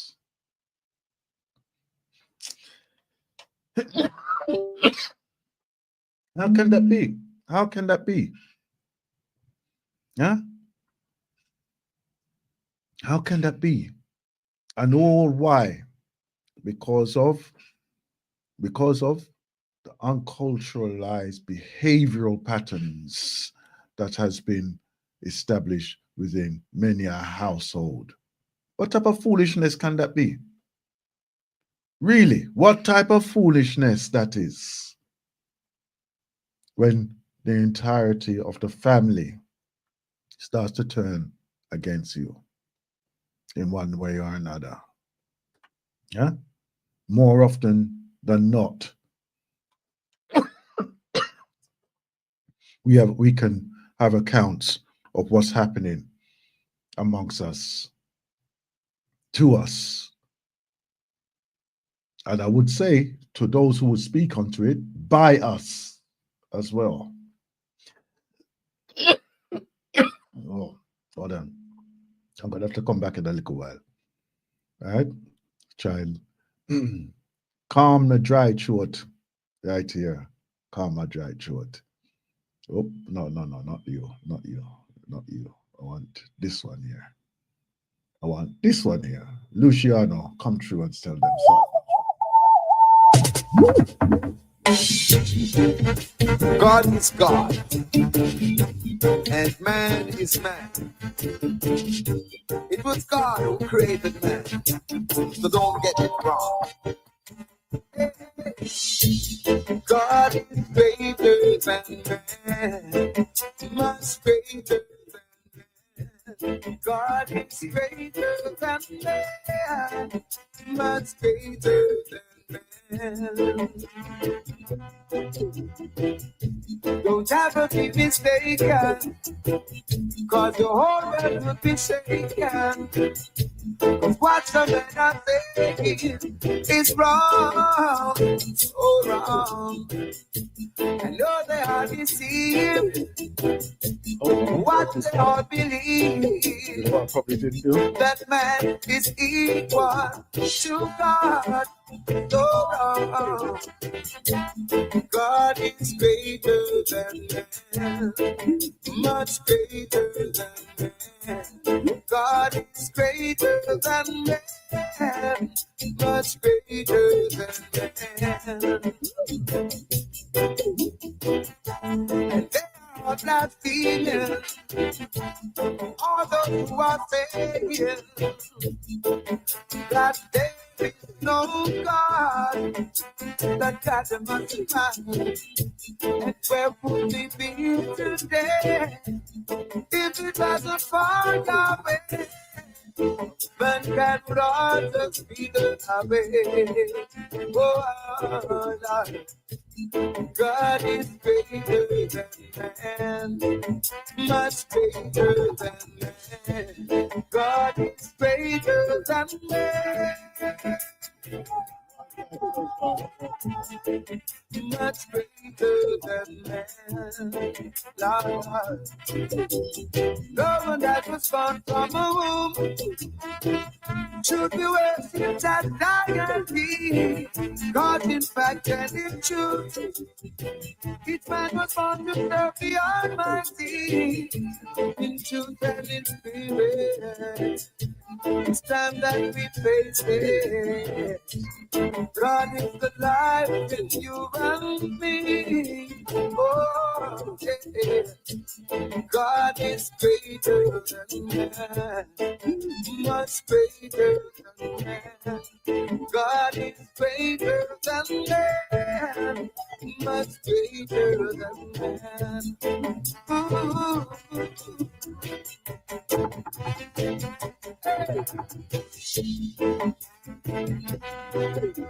Whoa. Great God, great God, Zion and earth, great God of all things, great God of all human beings, and the rivers, and the seas, and the oceans, and the mountains. Greater than man, God is greater than man. God is greater than man, greater than man. What's happened here? Something's happened. Hold on. My people, something's happened here. Oh, what's going on? Okay, I think that's sorted it. I think that's sorted it. Okay, right. Yes. So when we're looking at our presence right now, history, and I'm gonna read an excerpt from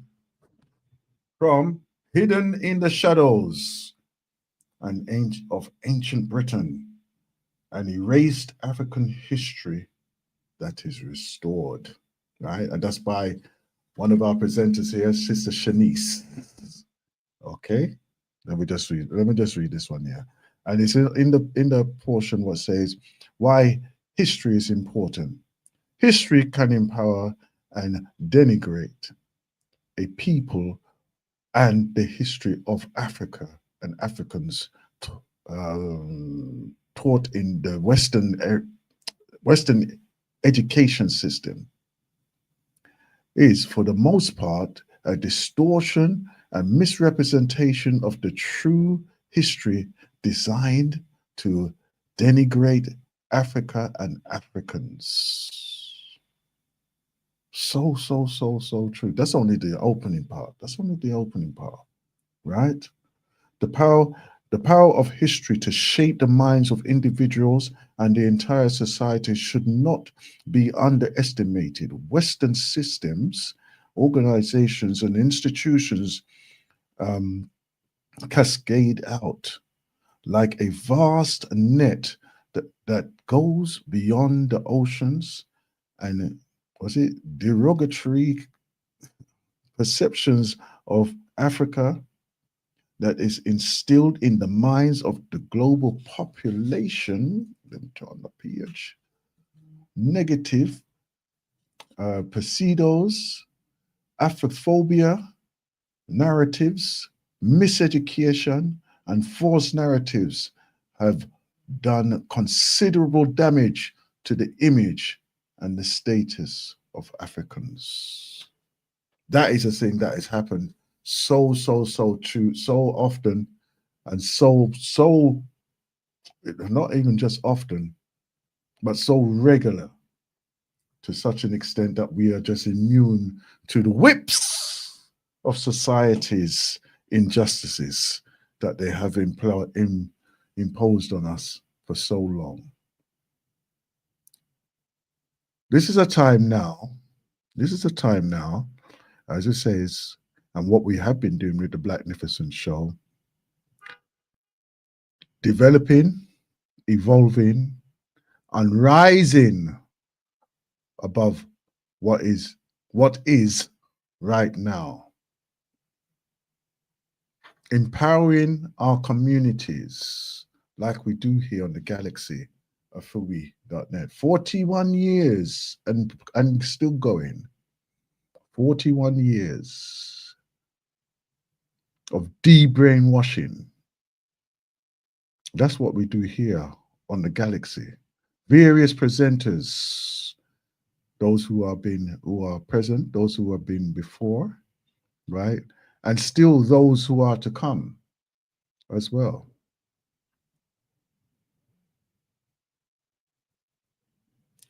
Do we speak any false? No, we do not. No, we do not. And even if there is a wrong information that is given out, we correct it within ourselves and for ourselves, by ourselves. We correct it. Right? So you can almost guarantee, I won't say fully, but almost guarantee the information that what you hear here and experience here is going to be of an extremely high quality. Even the presenters as well. Right? We're held accountable because we are activists within our community. So our community hold us accountable, who we all respect. We all respect. It's not everything that we agree with. It's not everything that we agree upon as well. As you may hear some of our conversations and discourse.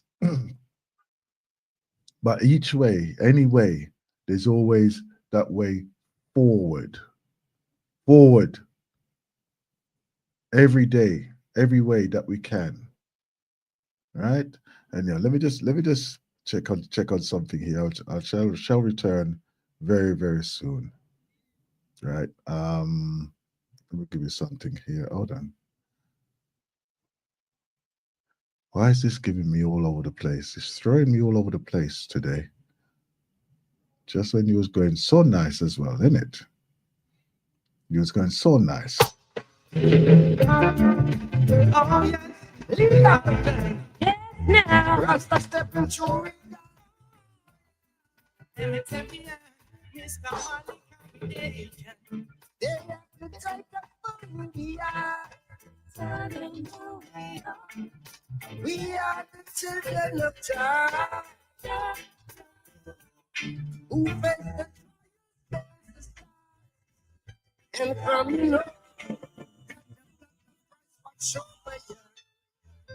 so Babylon Bridge is burning down. His Majesty wears the crown. Babylon Bridge is burning down.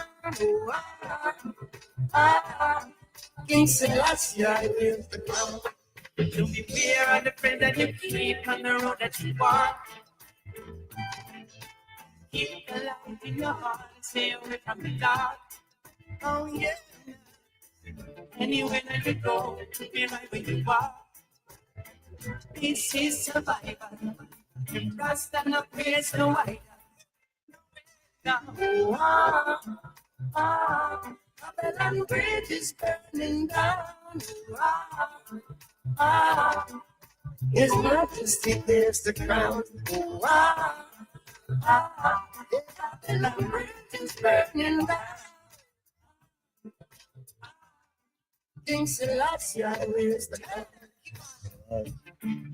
When the righteous is dark and the fire blaze, keep all evil and corruption away. You have to stay far from Babylon, that's the way. It's a survival. Flesh and blood, we no praise, no idol. No way. Don't give up now. Don't give up now. Never give up now. Oh, Don't give up now. Don't give it up. Don't give it up. Don't give up now. Don't give up now. Never give up now. If we stick together. no give up now. Never give up. Never give up now. Never give up now. Babylon Bridge is burning down. His Majesty wears the crown. Yeah, Babylon Bridge is burning down. King Selassie Oh, is back.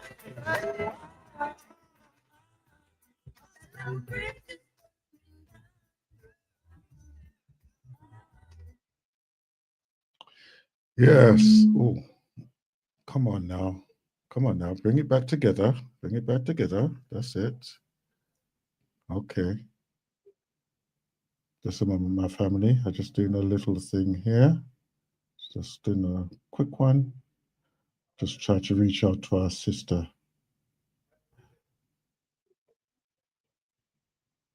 Sister Sandra. Okay, she may be coming in very soon.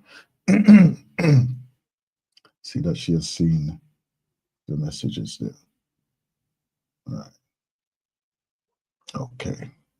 All right. Back again. Right. Yes. So when we are looking at our presence and our history, we have to realize what role we have played, what role we have really played, and to find some authentic information, right? And it really does encapsulate the true story of our presence. We are the ones who have to tell our stories. We have to tell our stories. And the reason why we have to tell our stories is because nobody else is going to, right? Even, let's look at it, even the last 50 years. You know how many accounts have happened over that period of time? Do you know how many changes that has happened? Influential changes that has happened. And it's not always on the sense of wow, look at this riot.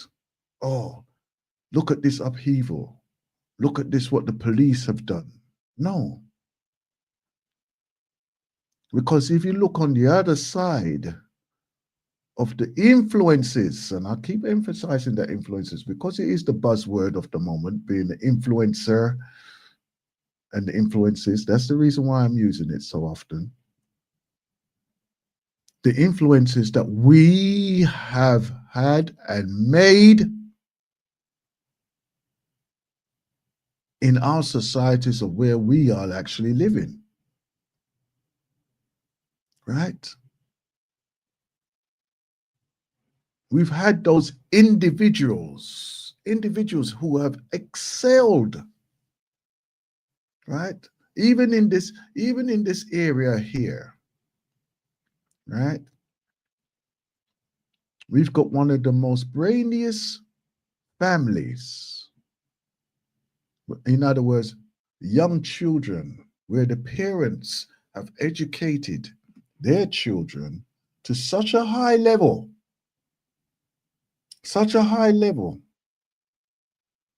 that they have gone beyond what the normal schooling age. So they'll be in universities when they're in the teenage years, right? Let me just find out something here.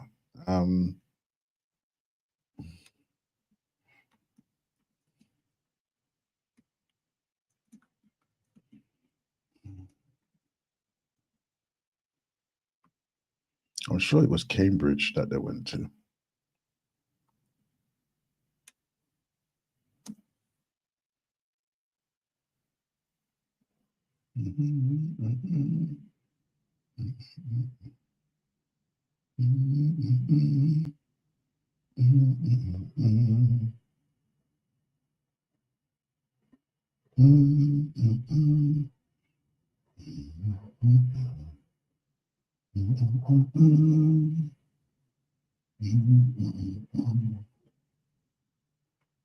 Why is that thing is not working? My space bar seems to not be working. Anyhow.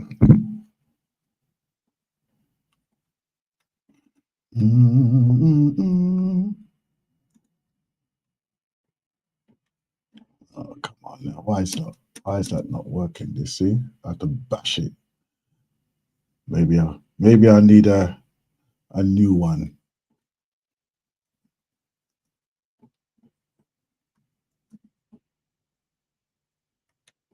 Yeah. You see?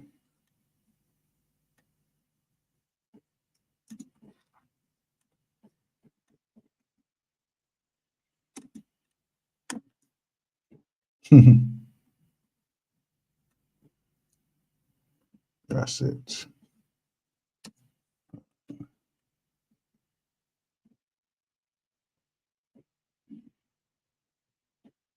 Right. So when we're looking at setting up our young people, right? When we're looking at doing our young children, right? What curriculum are we posing or supposing for our young children to excel? Because even now,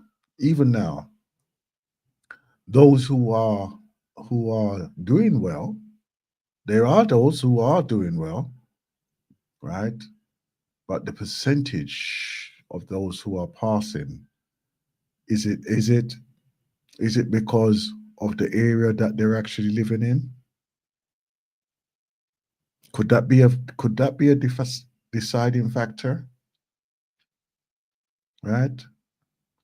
Because when they come with their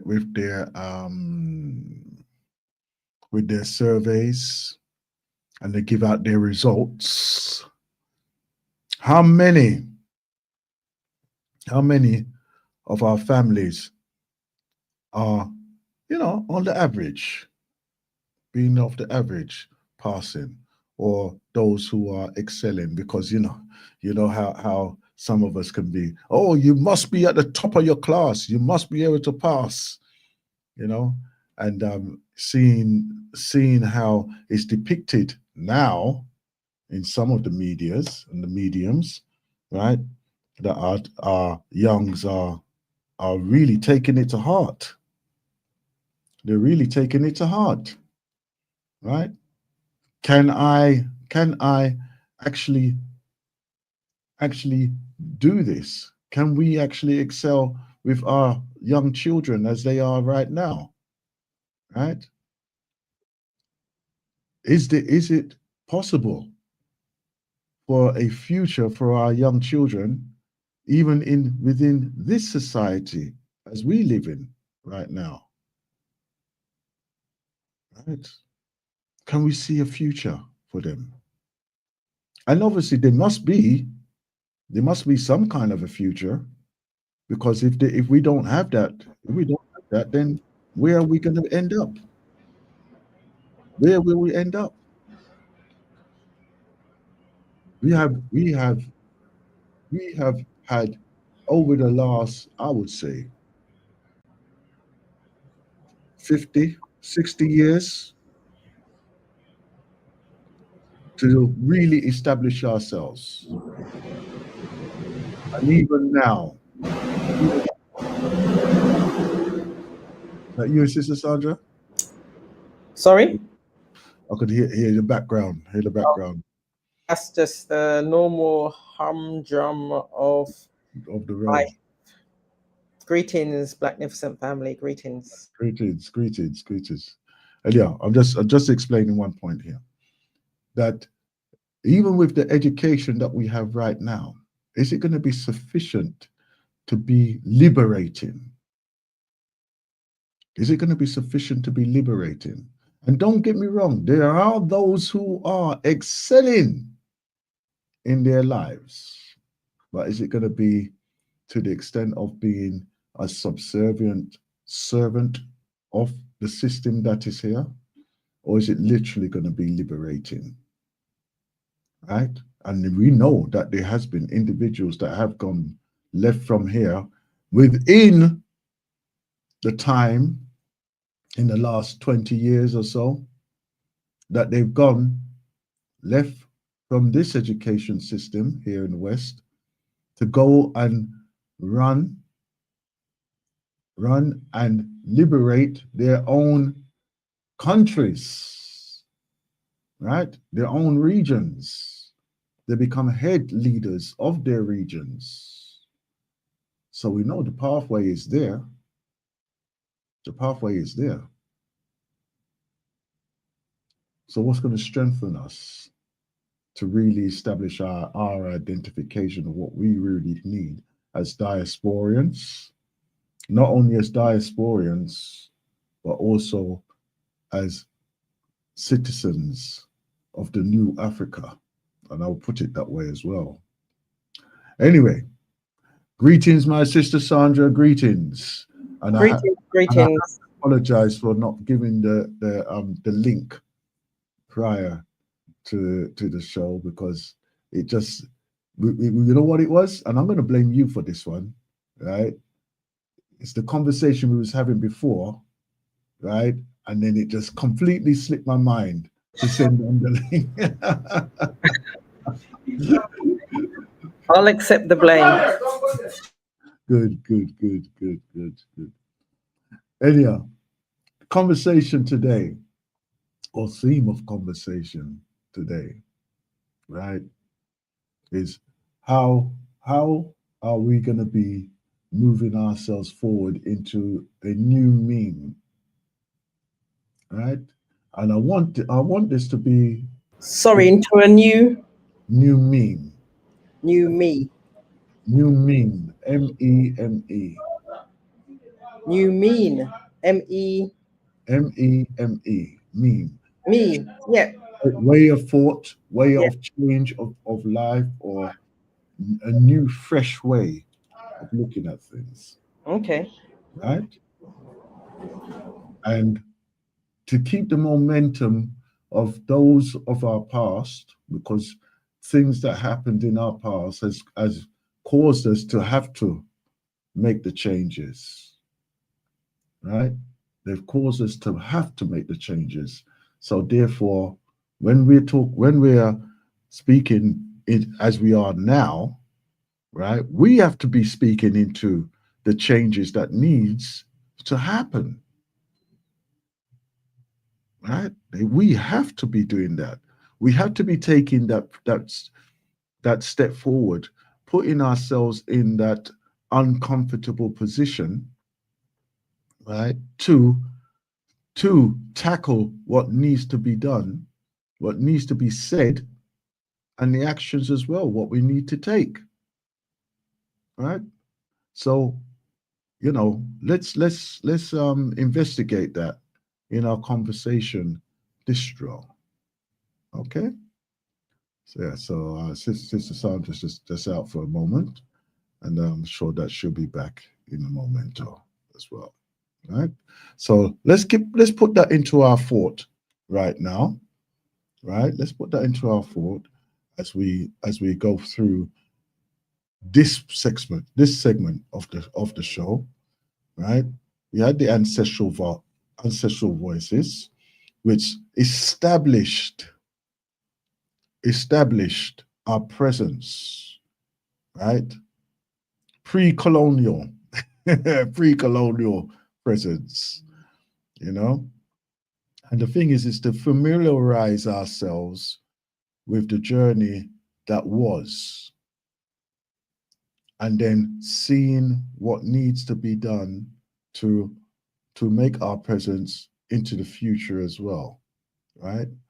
Um, when we started off the program, we started off with asking those questions, right? And seeing how the influencers are influencing, right?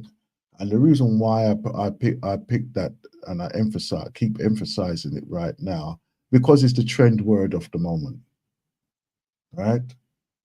It's no different. It's no different than the iconic figures of the past. The fact is that I feel that it has opened up a more wider conversation space, right? And obviously, because of those individuals that have put themselves forward and willing to expose themselves or put themselves onto the public arena, right? That those are the ones who are saying, "Oh, well, I've asked this question.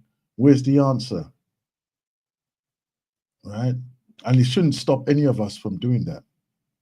Shouldn't stop any of us. In fact, I feel that it should empower us to actually go out there to ask these questions of what needs to be done, right? What can we do as well? Yeah. Anyhow, my sister, welcome, welcome, Greetings.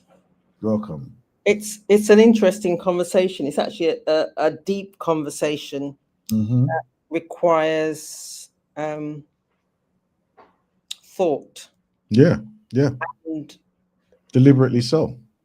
it is I love the word that you say deliberate, because if you don't put the work into the thought, you'll leave yourself with no option but to get on with getting on, Mm-hmm.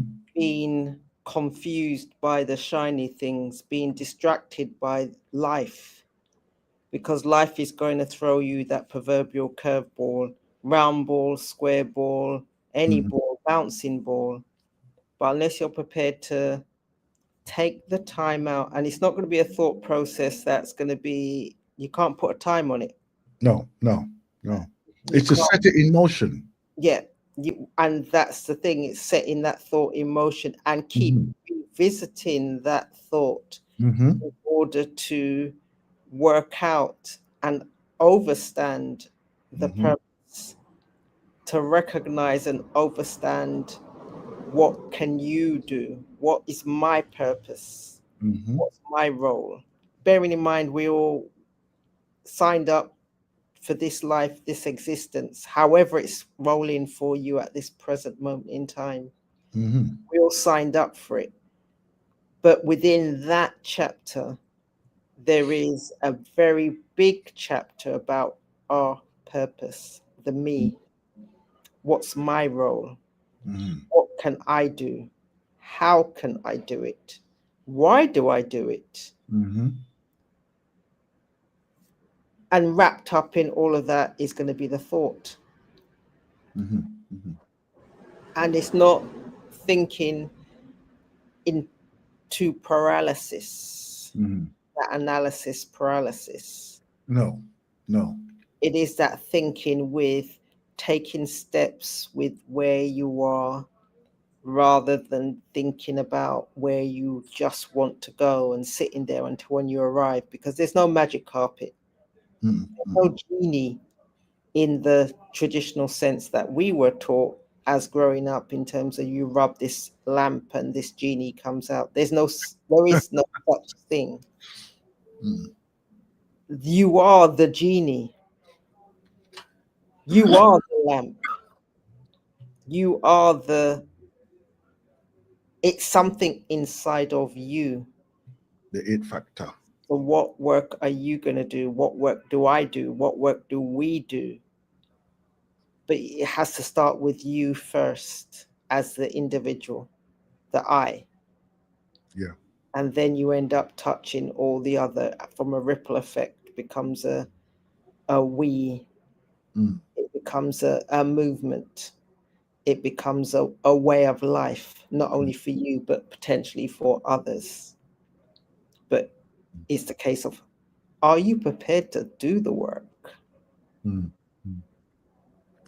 Doing the work. Let's start from there. Recognizing that you, like a trained athlete, martial artist, recognizing those things that are coming to you that could hurt you, learning your skills of evasiveness, right? Moving with the flow and the rhythm of the motion of the combat, right? Whether it be physical, whether it be mental, whether it be spiritual, these are all elements that we have to take into consideration in developing ourselves. Right? One without the other means that you are lacking. You are lacking, right? Because what it will do, it will imbalance you. It will imbalance you. Is there one way of doing this? No, it's your way. Your way. What works for you? Yeah. The thing is that we always look. We're looking for this utopia of the oneness, as you rightly say, the genie from the lamp. Right? We're all looking for this utopia of, wow, there's a magic formula to this. It's rather simple, really, in my mind. Right? If one way you're challenged, you have to overcome that adversity in one way or another. And that is your pathway of what you have to live. And you're living right now. Right? Is there a utopia in what you're going to be feeling and how you're going to be living? Like everything's going to be easy street? Life is not an easy street. Can I just rephrase that? Go ahead. Yeah, as you do. No, you said life is not an easy street, but life can be an easy street. And some of us may have gone through life so far, and we've had everything we want, how we want, and we are living in whatever way we perceive it, our perfect life. That in itself brings up challenges. Because we've not experienced, or we've not appreciated, or we've not been able to recognize some of the factors that as it enabled this to happen. Because then I'd almost say that it's not only through your own blood, sweat, and tears why you've had that perfect life. There are others, and it's have you taken a time to just be grateful for that opportunity of having that perfect life as you define perfection. Exactly. So there are those who have it, but if we don't notice it, what the universe is going to say is that, you know what, I've given you everything that you need and you desire. And at no point have you turned around and said, thank you, mother, father, brother, sister, universe, Yeah. almighty creator. You've not thanked me. So you know what? You know, the ungrateful person, That's right. you may get something else that you wasn't planning on because you couldn't be in the moment and just say thank you. I'm grateful for what I have. Very glad that you pushed it in that direction, because there's been many a time when you do like obviously the internal work, you come to this state, right? I feel that you would come to this state. Sorry, I have to rephrase that. I feel that you would come to this state of realization where you are,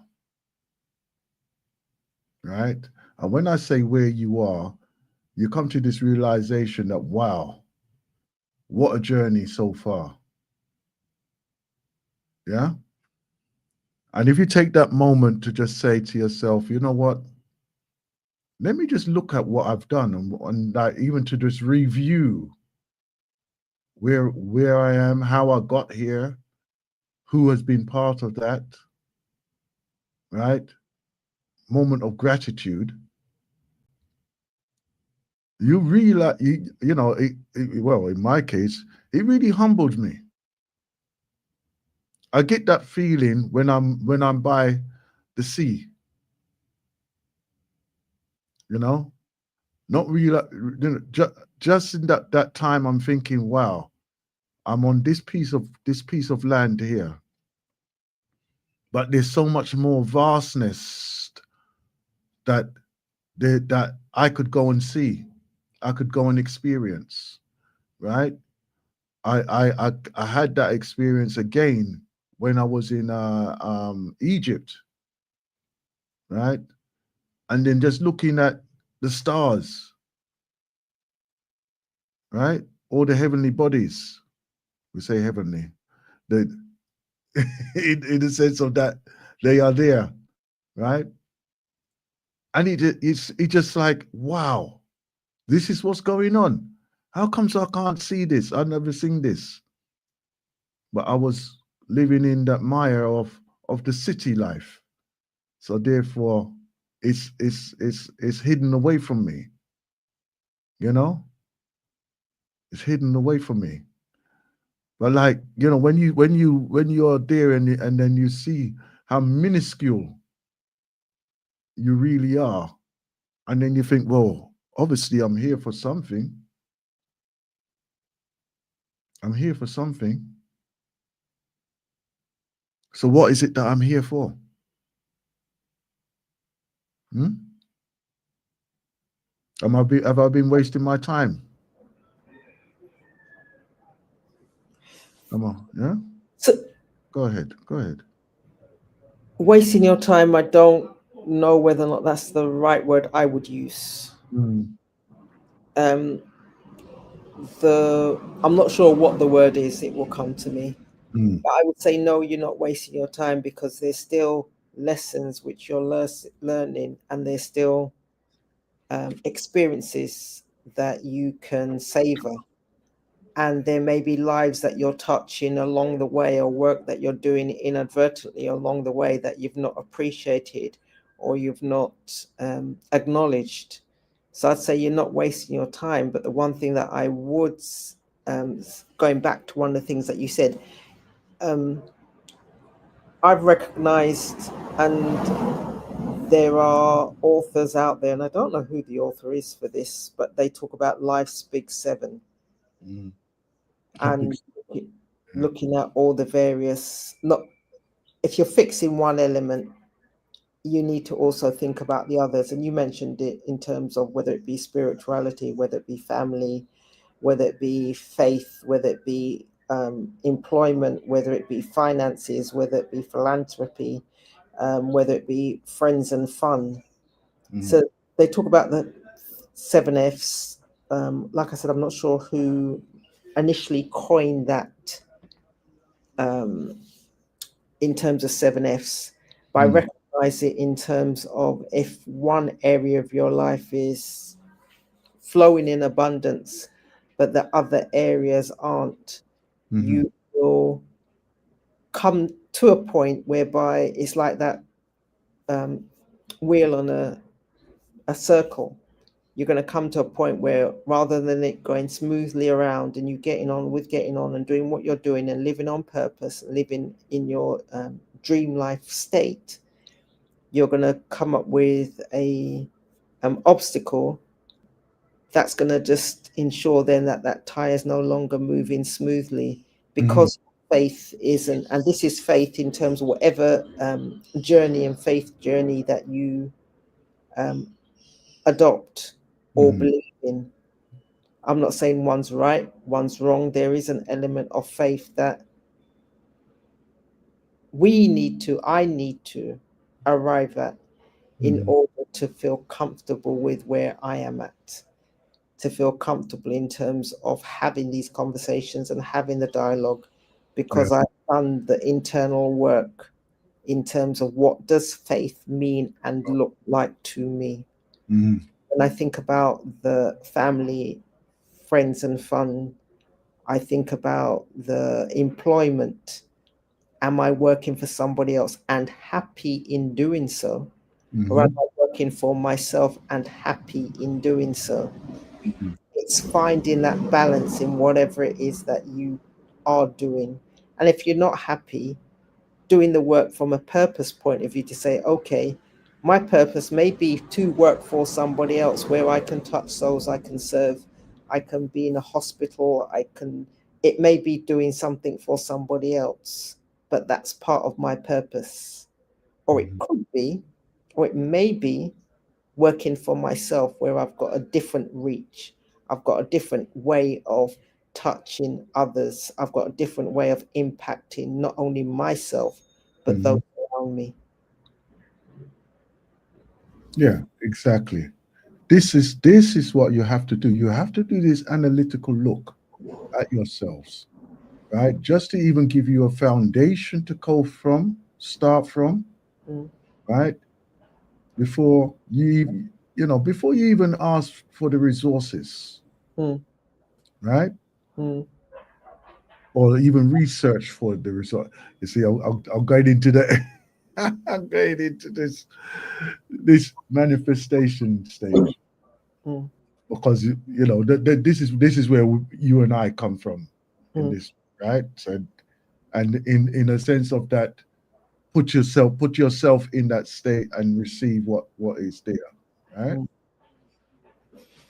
But even when before you do that, is to, and I think that this is a very important step point, is to commit yourself to the change. Hence the meme, right? The meme that could be developed into a mission statement, for instance, right? Words that you would live by, right? We all have our ways of how we do this, right? Right. It's what we develop, what means something to us, what is going to actually move you. The statement that is going to make you move, no matter what you're doing, even if you're at the tiredest, the most tiredest that you are, that you exhausted, and you could say to yourself this statement, and it's gonna get you back on your feet, even when you haven't got the strength to actually get on your feet. It's going to move you to get yourself back on the feet, right? I mean, like the figures is that there's many a clerical line from a movie, for instance, right? Or from a book that said, this is the point of change now, right? Never again will this happen to me again, ever, from this moment forward. Right? And anything related to what was, we, we're not going to allow that to happen again. Yeah, that is the type of thing that we have to take on for ourselves, right? Make this change, right? Even for a young person, right? They go through school, come into higher education, like at university, college, work, right? And they say, well, that was then, that was what was. This is now. What can I make? What can I do for myself? What can I plan? How can I plan to make the best out of this? Am I going to get my degree doing this type of work? Right? Am I gonna start my own business alongside doing this? Is it going to educate me enough to be independent, liberal? Am I going to be able to live on this? Is it going to be able to feed me and my family, my potential family? You know, all these type of things that you do on a natural, progressive way. But we're talking about being part of the nation building now. What does that look like? What does it sound like? So you're, Right? you're you're referring to being intentional. Oh yes, absolutely. Be part of the nation building. There is an intention Yeah. that you're doing for self, but in doing for self, you will then become an important cog in that larger wheel called life. Oh yes, definitely, definitely. And this is the level of conversations that we need to engage on a regular basis. Right? It might not be here today. Mm. It might be like to those who are listening, you know, just to put it out there. And I'm going to tell you now, it's it can be uncomfortable because you're going to be asking questions, you're going to be doing things that is going to be out of possibly your character. You're going to be asking that of others, which is definitely going to find it challenging in some cases for them Mm. to do, right? Is everything going to work first time? Not necessarily, Mm. but it's going to be an experience that they will learn from. Mm. They will learn from, and possibly they could take your meme, your change into a direction that is going to be more efficient, Mm. right? Mm. For instance, if somebody knows more about computers than you do, Mm. right? They'd be able to they'd be able to complete a task in an hour. Meanwhile, you're going to take 8 hours to do that. Mm. Mm. You understand? So therefore, all these type of things are the challenges. These are the type of challenges that we have to face on a regular basis. But don't be afraid to face them. Don't be afraid to face them. Thank you. Thank you. You said you used the word can, and I would disagree with the word can. I would say it is, Mhm. because within this journey, there are going to be those that you love, but you're going to need to do so from a distance. Mm. There's those that you're going to love, but you're going to have to do it. You would end up doing it closer. And what do Mm. I mean by doing it from a distance? Because sometimes when your friends and family see the changes and they don't understand the direction of travel, they may not Mhm. choose to, or not consciously want to, but they don't want you to change. Whatever it was that you and them were sparring with before, they were comfortable and they were happy with, and they don't appreciate the change. Doesn't necessarily mean that you it doesn't mean that for that reason you stay where you are.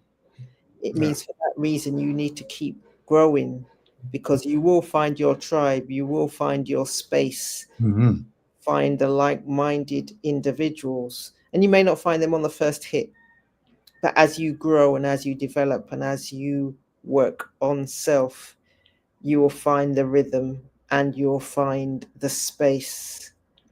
And for the family that you grew up with, and the ones that are by blood, where you've got no choice because, you know, you're my brother because of shared parents, grandparents, cousins, yada yada, you still love them, but you love them on a different level. Because if you love them in that purity of you're always close to me, but in my ear you're saying things such as, no, let's go down here. You don't bother read that book. Don't bother attend that seminar. Don't bother do that work. Yeah. Let's go here instead. And I was reading looking at the news media and reading about a footballer who doing well, young, talented, yada yada. COVID, supposed to stay in your yard, chose not to. He'd gone out, had a football game, still on the high of the football game, went out.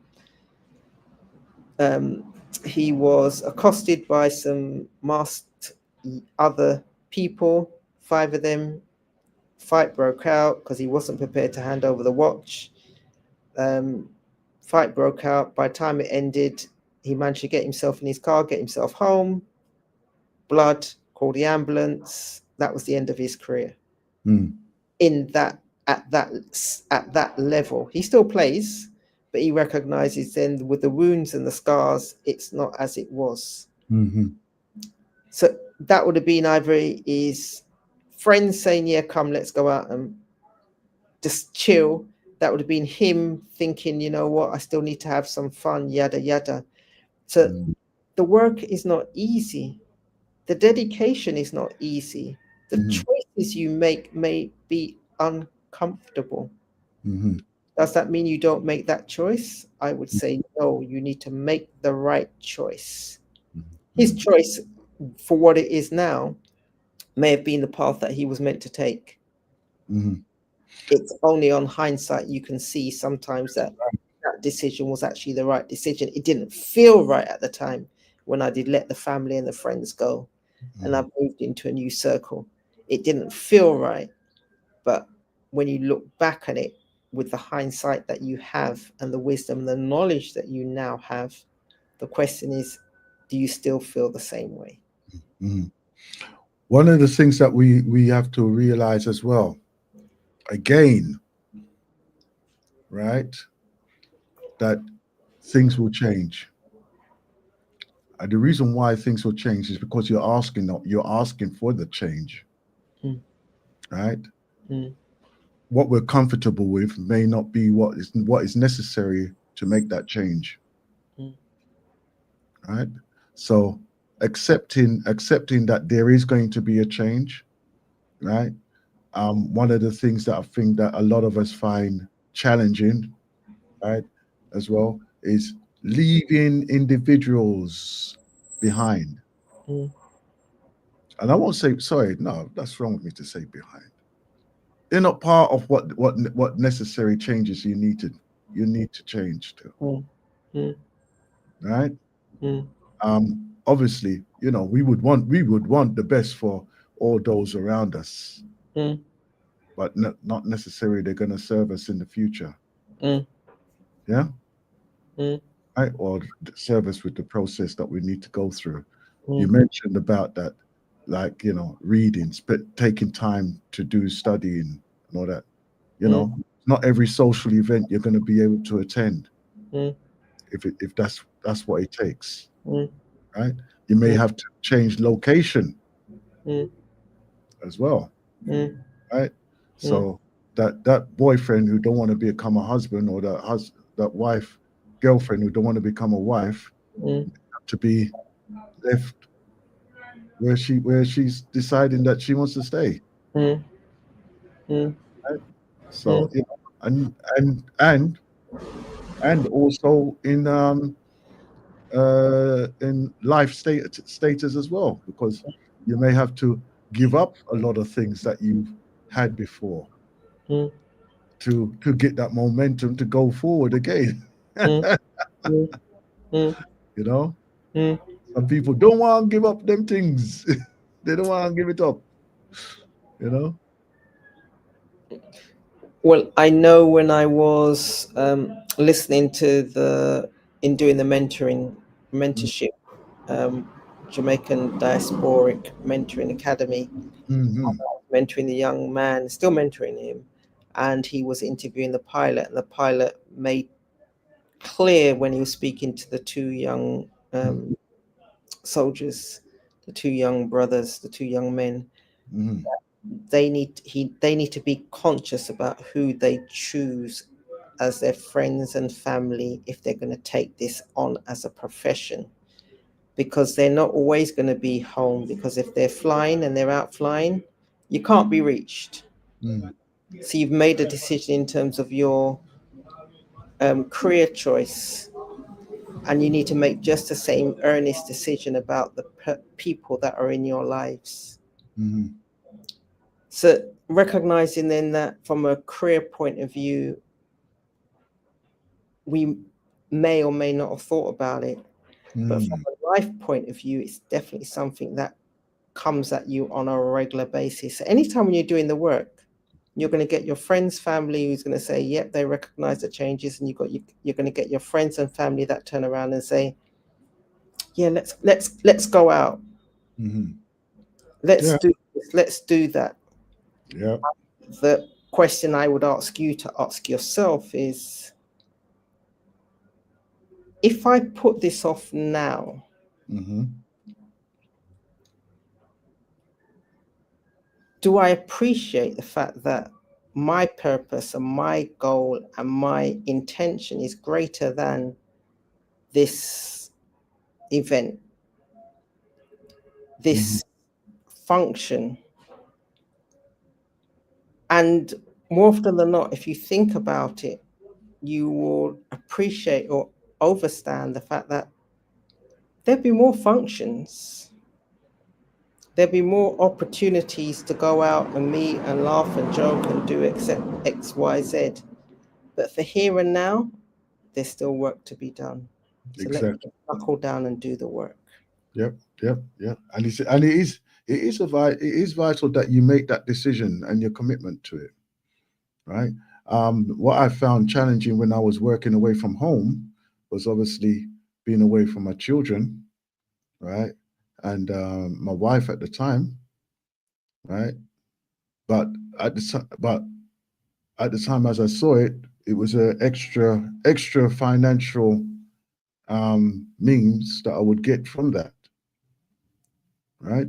So therefore, and I was working with men that they were yearning to be home with their family. You know, they would literally, some of them would literally say, you know what, after like 2 weeks or a month, they say, I'm gonna go home. I'm going home. I've got to go home. You know, they would literally be breaking down. And you think, okay, then, well, you know, you made that choice or whatever, right? But like, you can't.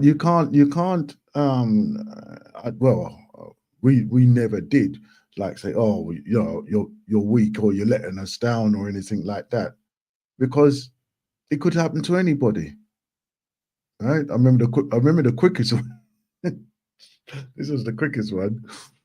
We was working in Brazil, and there was some who had first time they've come to Brazil in that way there, you know, and first day they've come to the hotel, and they said, "Oh, we're gonna go out and get a meal." And they walked around the corner, and then because they're obviously, they look different to everybody else in town, they were stopped, right? So these are all white men, but they were stopped by the military police, right? So it's all like, official guns and everything else. And so I've seen them coming back in now, and the way they're explaining it is like, I thought they were going to kill us. Oh, they come out with all their guns and then like, I'm standing there because, being a black man, you get stopped by the police all the time, type of thing, or let's not all the time, often. We get In the stopped. past, you Yeah, have stopped. yeah, right. So they're saying, oh, and you know that there was four of them, three of them, convinced themselves they're going home the next day. They were bags packed and everything booked at the hotel, and they were gone. They were back on the plane the next day.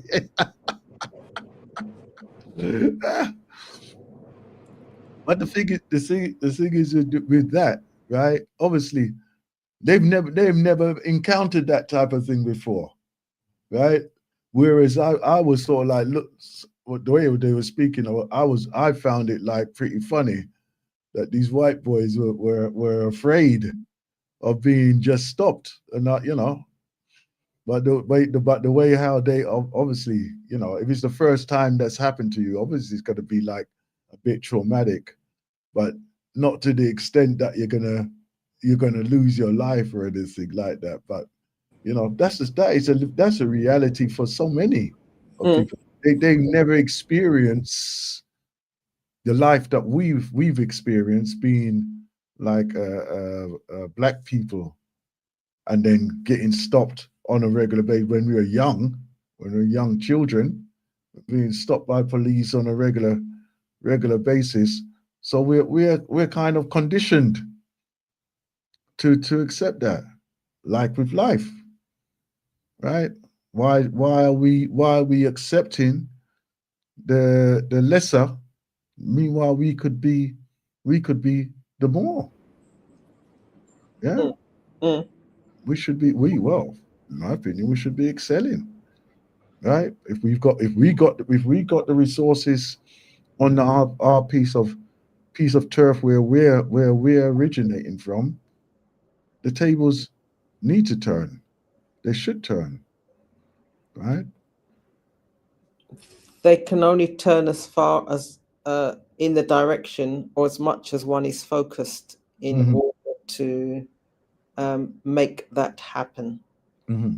If you're not focused on making that happen, then your table will not turn. The opportunities which are available to you and all the resources that you can access to do things differently, Mm-hmm. won't take them on board because of where your focus is. And of late, I've been using the analogy in terms of the shiny things. There's Mm-hmm. lots of shiny things. There's lots of distractions, and unless your focus is clear, Mm-hmm. you will get distracted, and or you'll think, okay, well, I am the special person that can juggle three things at the same time Mm-hmm. and give it my 100%. Now, there's not 300%, never has been. If we're talking maths, and I'm no genius, there's only 100%. So if you're juggling three things, that means it's 33 and a third for each of them. Mm-hmm. Something's going to give, because then there's at least 77% Mm-hmm. of things that you're missing for any one of those areas or activities. Yeah. So it may be a case of, let me just drop two of those balls, only focus on the one. Mm-hmm. Once I get that one off the ground and it's doing what I need it to do and it's ticking over, then I will pick up the other ball. but I'm not going to aim to pick up both of them at the same pace, at the same time, and say that I can give my all to it. Because what I'm doing then is I'm diluting the me. I'm diluting the focus. I'm diluting and slowing down the progress in terms of the direction that I'm aiming to go into. That's right. That's right. That's right. This is why we set ourselves in motion. We set our foundation, right, of where we are, what we have, what our capabilities are. Knowing our capabilities physically, mentally, spiritually, right, is a must. Testing ourselves on a regular basis as well, right, is a must, right? Because you can't be ready for any adversity. Meanwhile, you haven't tested yourself. You don't know your capabilities. Yeah.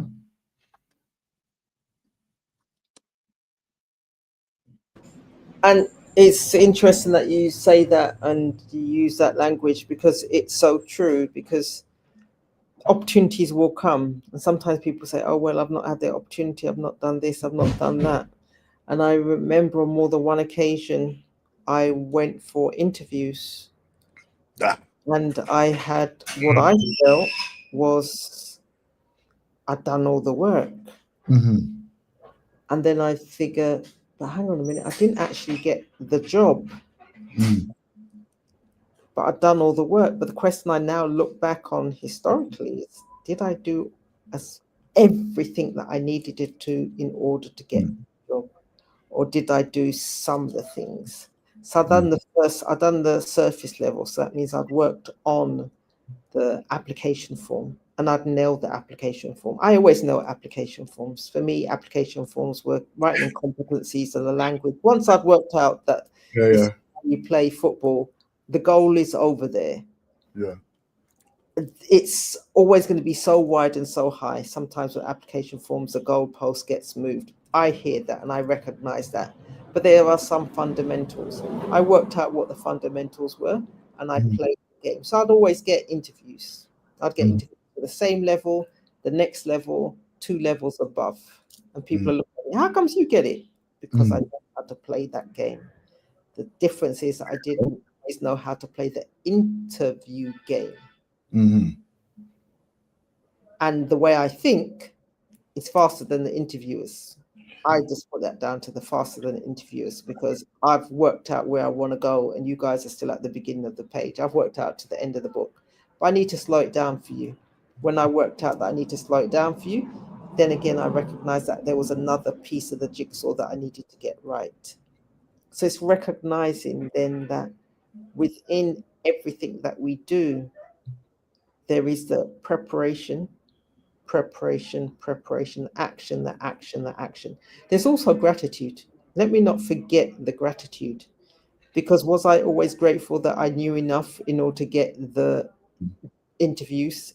I wasn't. I didn't appreciate the fact that, hang on a minute, this is almost like a superpower, because you're getting it and other people are saying they don't get it, they don't understand it, they don't. And I'm thinking, but this is, for me, it was simple and it was easy, but I didn't appreciate it.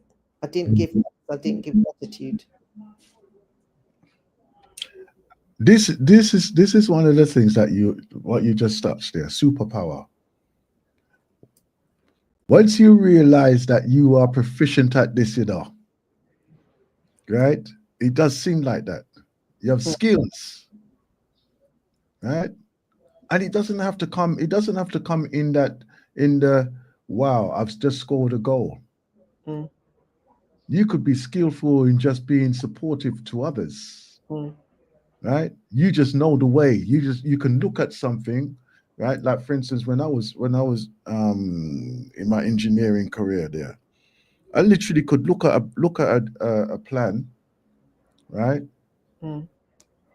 And I could tell you just on the plan if it would work or not. right? Mm. I was already building and constructing the item, right? By just looking at the plan. Mm. I could almost guesstimate how long it would take me to put it together. Mm. Mm. You understand? Right? That's the type of thing that you would have. You would have that vision beyond Mm. what is. It's only proficiency, Mm. practice, Mm. experience Mm. that puts you in that position. Mm. Right? It's like some people look at a wiring diagram and go, "What the hell is the what's this?" Mm. Mm. Right? But Mm. if you know what a wiring diagram is, and you're familiar with wiring, like whatever it could be, Mm. you have that proficiency there. Mm. And it's the same with us. It's the same with us, right? When we are looking to make that change in the meme. Mm.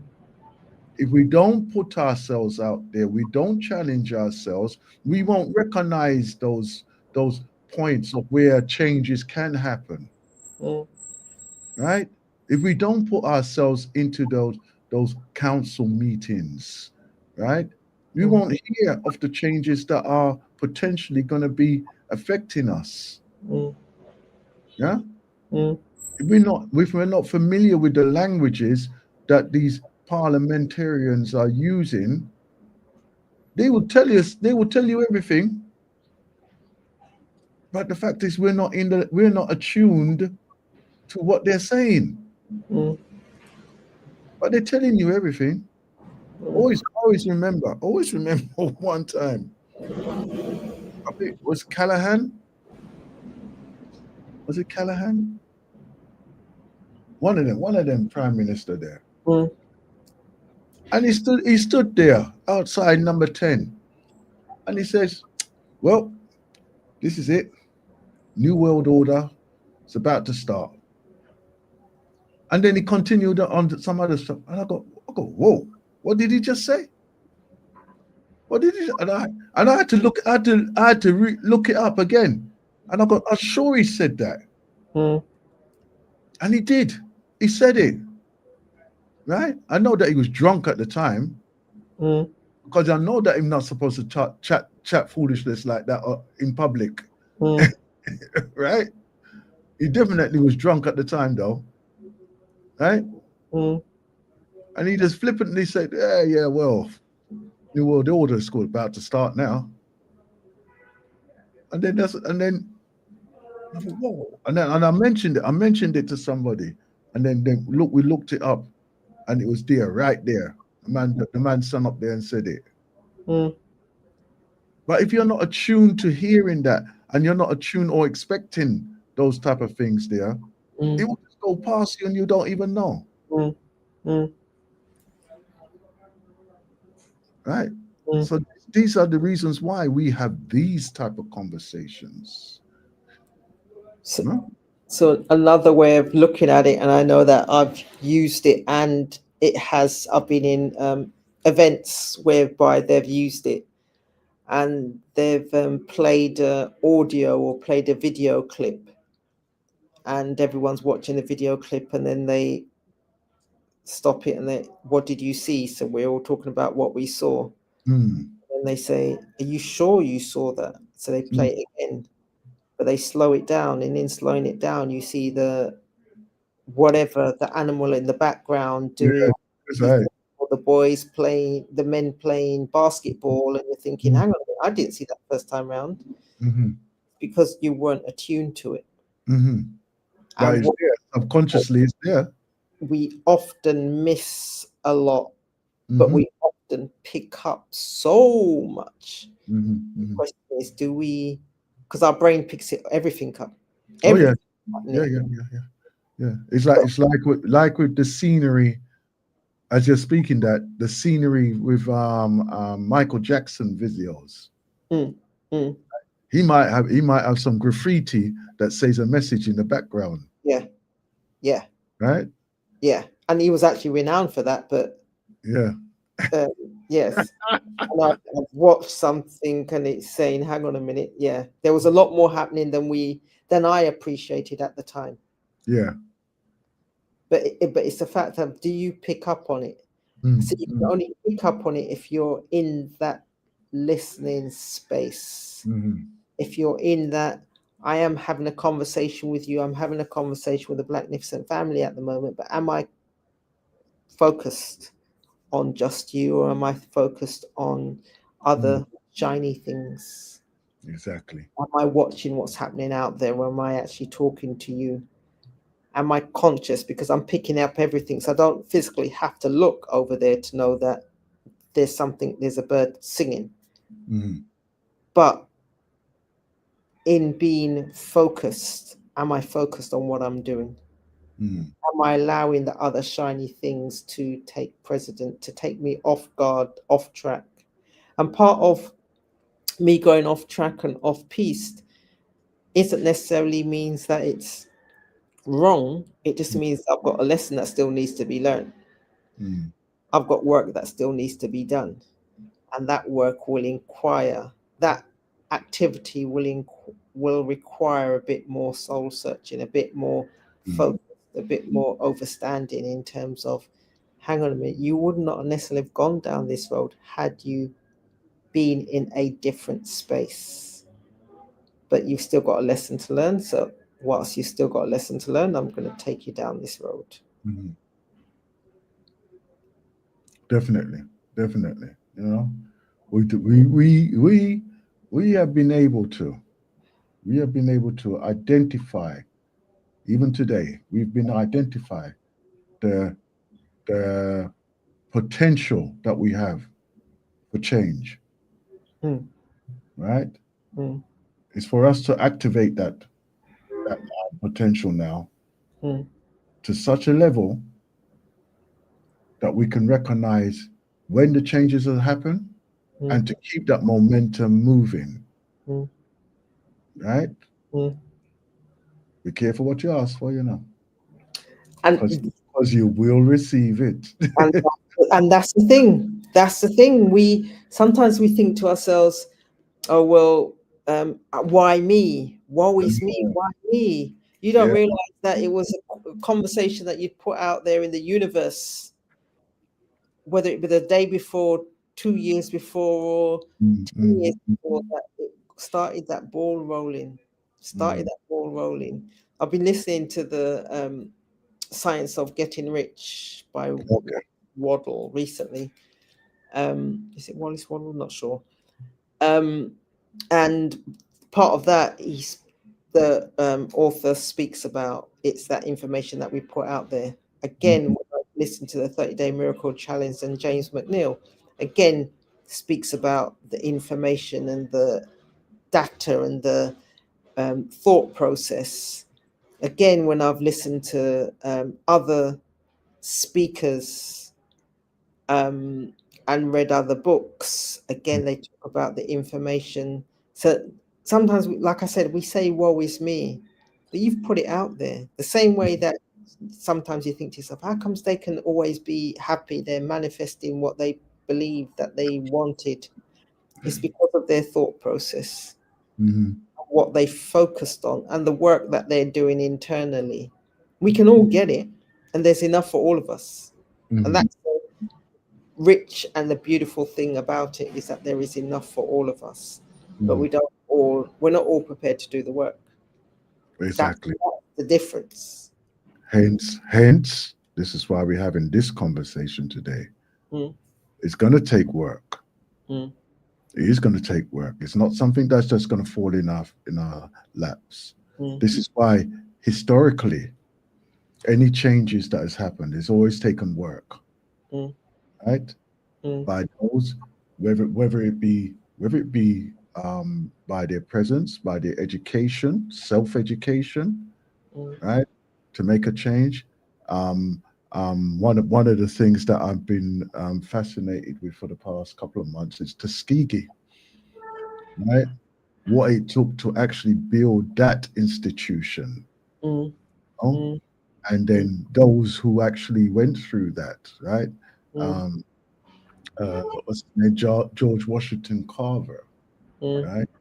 He mm, was one of the lecturers within the Tuskegee as mm, well, and mm, like, you know, what it actually took to to to have that institution there, the individuals that went through that institution as well, mm, right?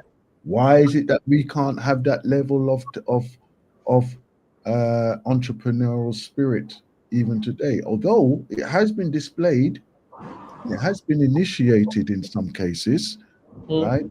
Right, and I'm not going to take away what has been done and who's done it and who is being accused of this or whatever, but the initial process has been put into place. mm, You know, mm, we have to follow these things through. We have to make it happen. We mm, have to ensure that there's some beneficiaries mm, at the end of this type of process. mm, Right? Don't just sit back and expect it all to just come together out of nothing. mm, It takes work. mm. It Yes, takes work, yes. dedication, Mm, right? Lifetime dedication, mm, right? Fundraising beyond whatever, mm, whoever. mm, Mickle muckle mm, business, mm, right? mm, Marcus Garvey, right? mm, Put himself out there. You think it's just the one and two business that he had? mm, No, mm, they had multiple mm, businesses, right? mm, You understand? mm, Was it him by himself? No, right? So come on, mm, right? mm, Wasn't by himself, mm, but he provided the impetus of mm, this is necessary for us. So mm, let's get together and do it, mm, right? mm, Come on now, mm, mm. the work is not done. You know, No. life isn't done. Mm, Life isn't done. mm. Believe it or not, right? We've only got 20 minutes left.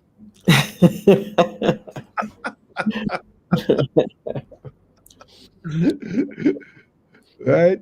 Mm, mm, My sister, from this, I'm going to ask for you to come together with a summarization of what we've just discussed here this afternoon, if it's possible. Well, if we've been talking about the me, but recognizing then that within that there is me, there's Mhm, work that needs to be done, mhm, there's focus that needs to take place, there's action that needs to take place, and wrapped around all of that is a gratitude. So just because you are, if you've never experienced the trauma, the drama, that doesn't necessarily mean then that you can let yourself off the hook. There is mhm, still work that needs to be done. And we mhm, spoke about the work, what it could look like, what it might look like, recognizing where we've been impacted in relation to that work, recognizing then that for you, you saw the output in different ways. So when you were focused and you were working in Brazil and you recognized the rationale as to why you were working in Brazil and what you wish to achieve from that, mhm, or others who didn't appreciate, was working there for different reasons, and mhm. the going got tough, the tough went, was to recognize what you needed and what you wanted. And for me, I've given examples of either the footballer who was focused on football, but also saw some of those shiny things and saw some of the distractions. And what we both recognized is that sometimes we can't attend every event that we're called to, but we also need to recognize that not everyone that we love and is in our circle will appreciate or overstand the movement, will appreciate or overstand or recognize that as we grow, we can't take everybody with us. Some of our nearest and dearest are going to be the ones that will say, come to the, let's do this, let's go here, let's, what you're reading again, you're going to another seminar, you're feeding your mind, but why don't you come out and feed your body? Let's go to whatever the restaurant is, let's go watch the movie, the play, the sporting activity, whatever. And if that's not what you're meant to be doing right now, because you know what you're meant to be doing right now, and that you'd already set out a goal of what you wanted to achieve, stick to your goals, stick to your purpose, do the work. And the thought process in of itself, we recognized from the off, it's hard and it's work. There's no shortcut. There's no, let me just, let me sit down here and rub some other lamp and assuming that genie will appear. No, we are the genie and we've got to rub our own lamp. And we've got to do the work in the process in order to achieve and live our purpose. And as we live on purpose, we can affect others, we can influence others, we can add something to this thing called life. Exactly. We have, I've turned it down. This is what we have to realize again, right? I know I keep saying this, but we have to realize how great we really are, right? And I'm not talking about no spiritual hymn or anything like this, right? But we really are. We are some fantastic people. We find something out of nothing, right? We make progress for ourselves, right? In one way or another.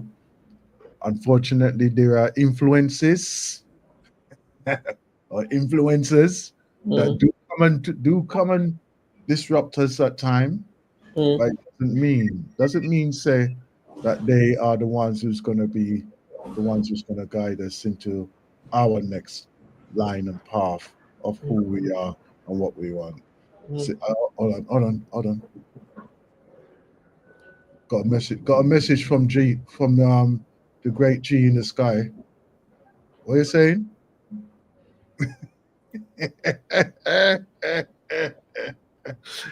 He's in agreement with us. He's in agreement with us right now here in the London town. Right?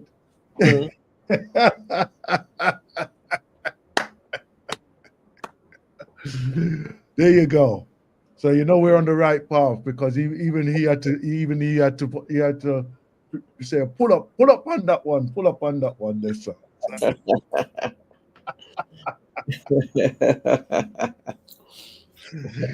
All right. I want to say thank you, my sister, for being with us again here on the Blacknificent show.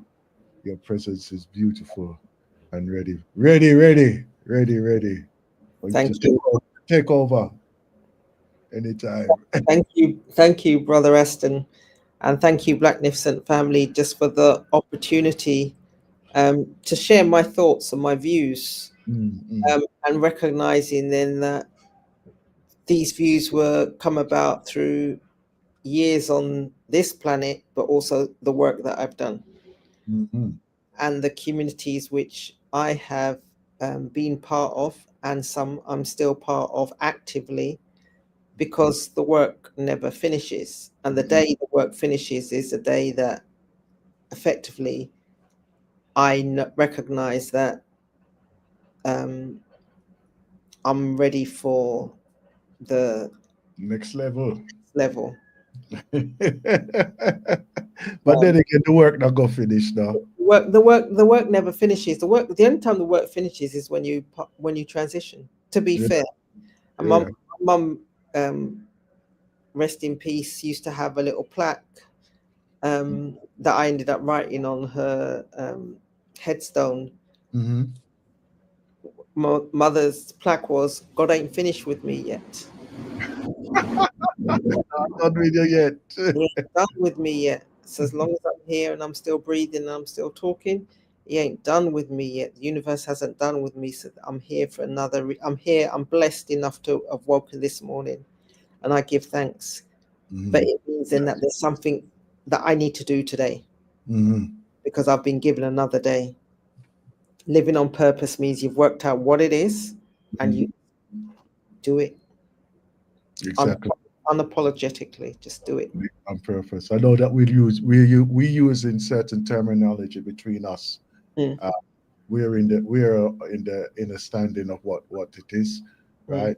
For those who are not, to do some research, right, and level up, as my old friend Boris used to say.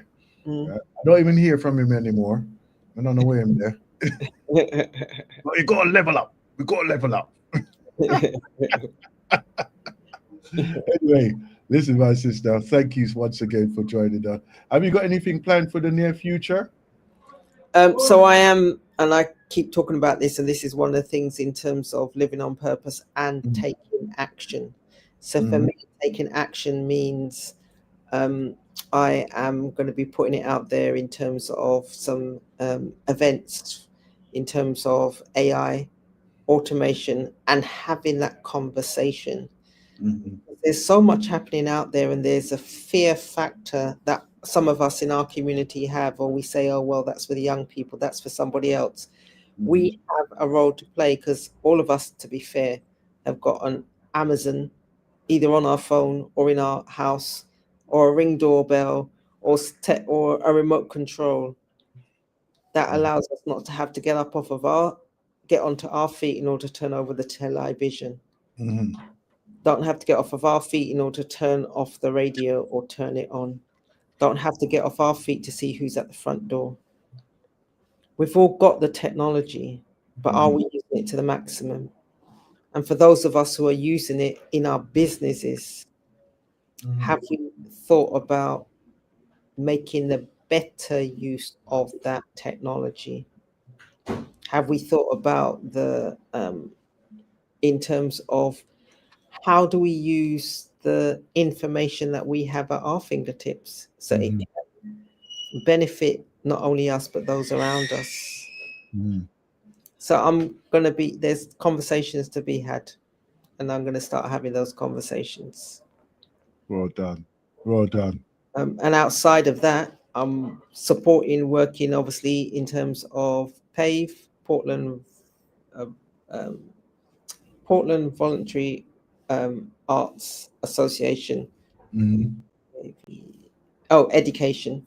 That's working with the young people, older adults or younger adults. Still working with Moortown Maroon Council because they've got their annual Nanny Day 3-day festival in October, and working with them in terms of making it bigger, brighter, and involving the community. So there's big things happening. Again, we're building on the language aspect on day 2, because you know what? English may be the language that I speak now. Am I speaking it well and proper all the time? I would say not. Proper. Yeah. But from a language point of view, there are languages that are closer to my mother tongue that I am not embracing, haven't embraced.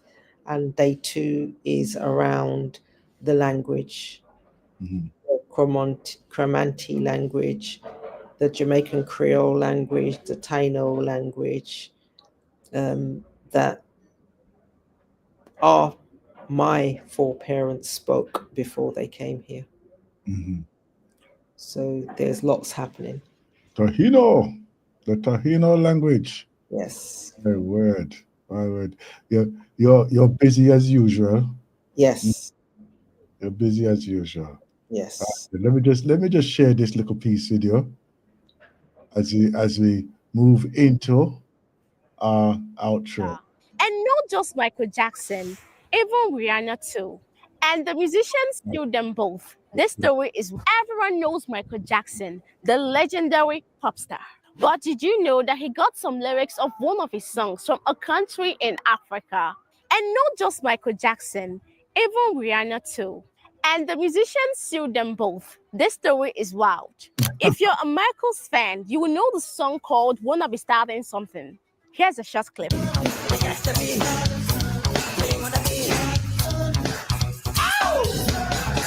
But before the whole world danced to this song, the African country Cameroon was already vibing to something similar. In 1972, a Cameroonian saxophonist named Manu Dibango released a song called Soul Makossa. Inside that song, there was a catchy chant which says,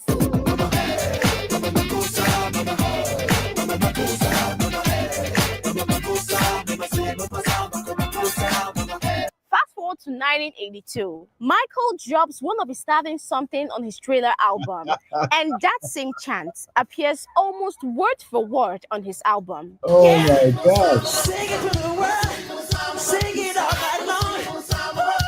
Manu Dibango wasn't too happy about it, so he took legal action.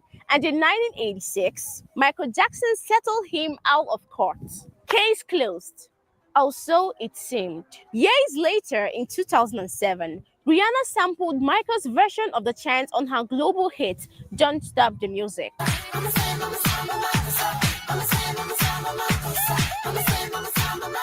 Manu Dibango saw this and sued her again in 2009, this time in Paris, because she didn't take permission from him before using it. And the case ended with another settlement. So every time you vibe to that iconic line, remember it all started with Africa, with Manu Dibango and his groundbreaking Soul Makossa. It is African on. music has always been at the heart of global pop. Want to know more global hits that has an origin in Africa? Then follow me right now. Yeah, yeah, It's understanding the origin and recognizing the root. of course. Um, That's it. All right, all right, all right. We get the message now. We get the message. Oh, you can't even open your mouth now. You cannot even open your mouth. Eh?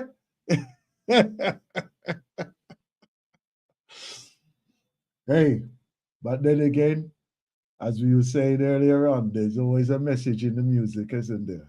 Yep, All definitely. right, Message in all the right, music. all right then. Listen, you take care, right? Have a great day, right? Oh, listen, look what I'm doing. You go wash the streets for me already. You just wash the streets for me so I can walk on a clean street out there. And Right? that's a blessing. See? That's a blessing. All right then. You take care now. Okay. Until we meet again. All right. Peace. Until our paths cross again. You take care, my dear. All right. Dennis, come and tell them something from me, brother.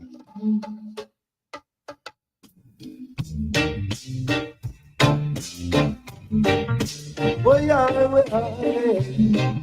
Oh, yeah. Have you read your newspaper, baby? Looks like mankind is surely going crazy. Making bombs that will build this rocket, baby. Believe in the book of Revelation. And just like in the days of old, just like in the days of old, things are going down the way you're told. On the wall, clearly tell you so. on the wall. Adios. I can really tell you something. Well,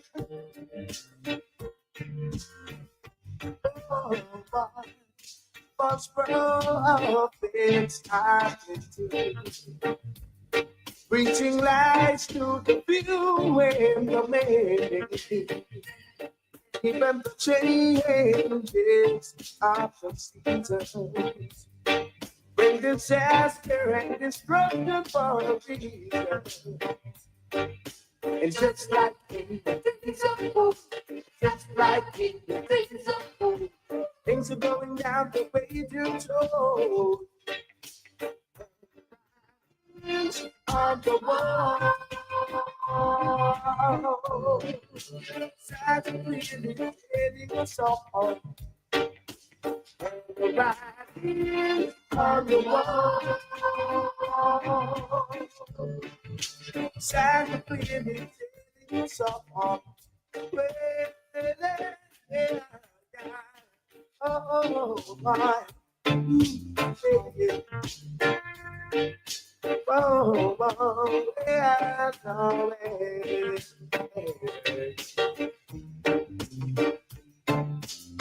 ooh, ooh.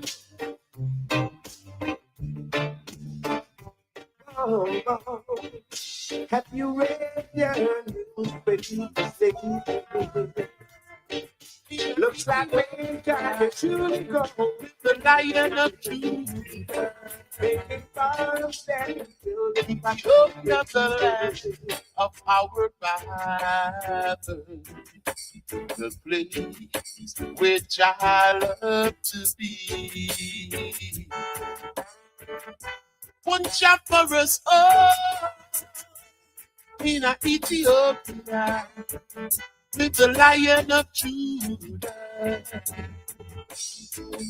Ethiopia, the land of our Father, the place which I love to be. Like the sweet bee to I have suddenly gathered, your children are gathered to thee. For red, gold, and green floating over, with our emperor to keep us from wrong. With a future and a God before, healing with shout and with song. God bless our leaders by to keep Ethiopia free. To advance with truth and right. Go forward with love and with light. With righteousness pleading,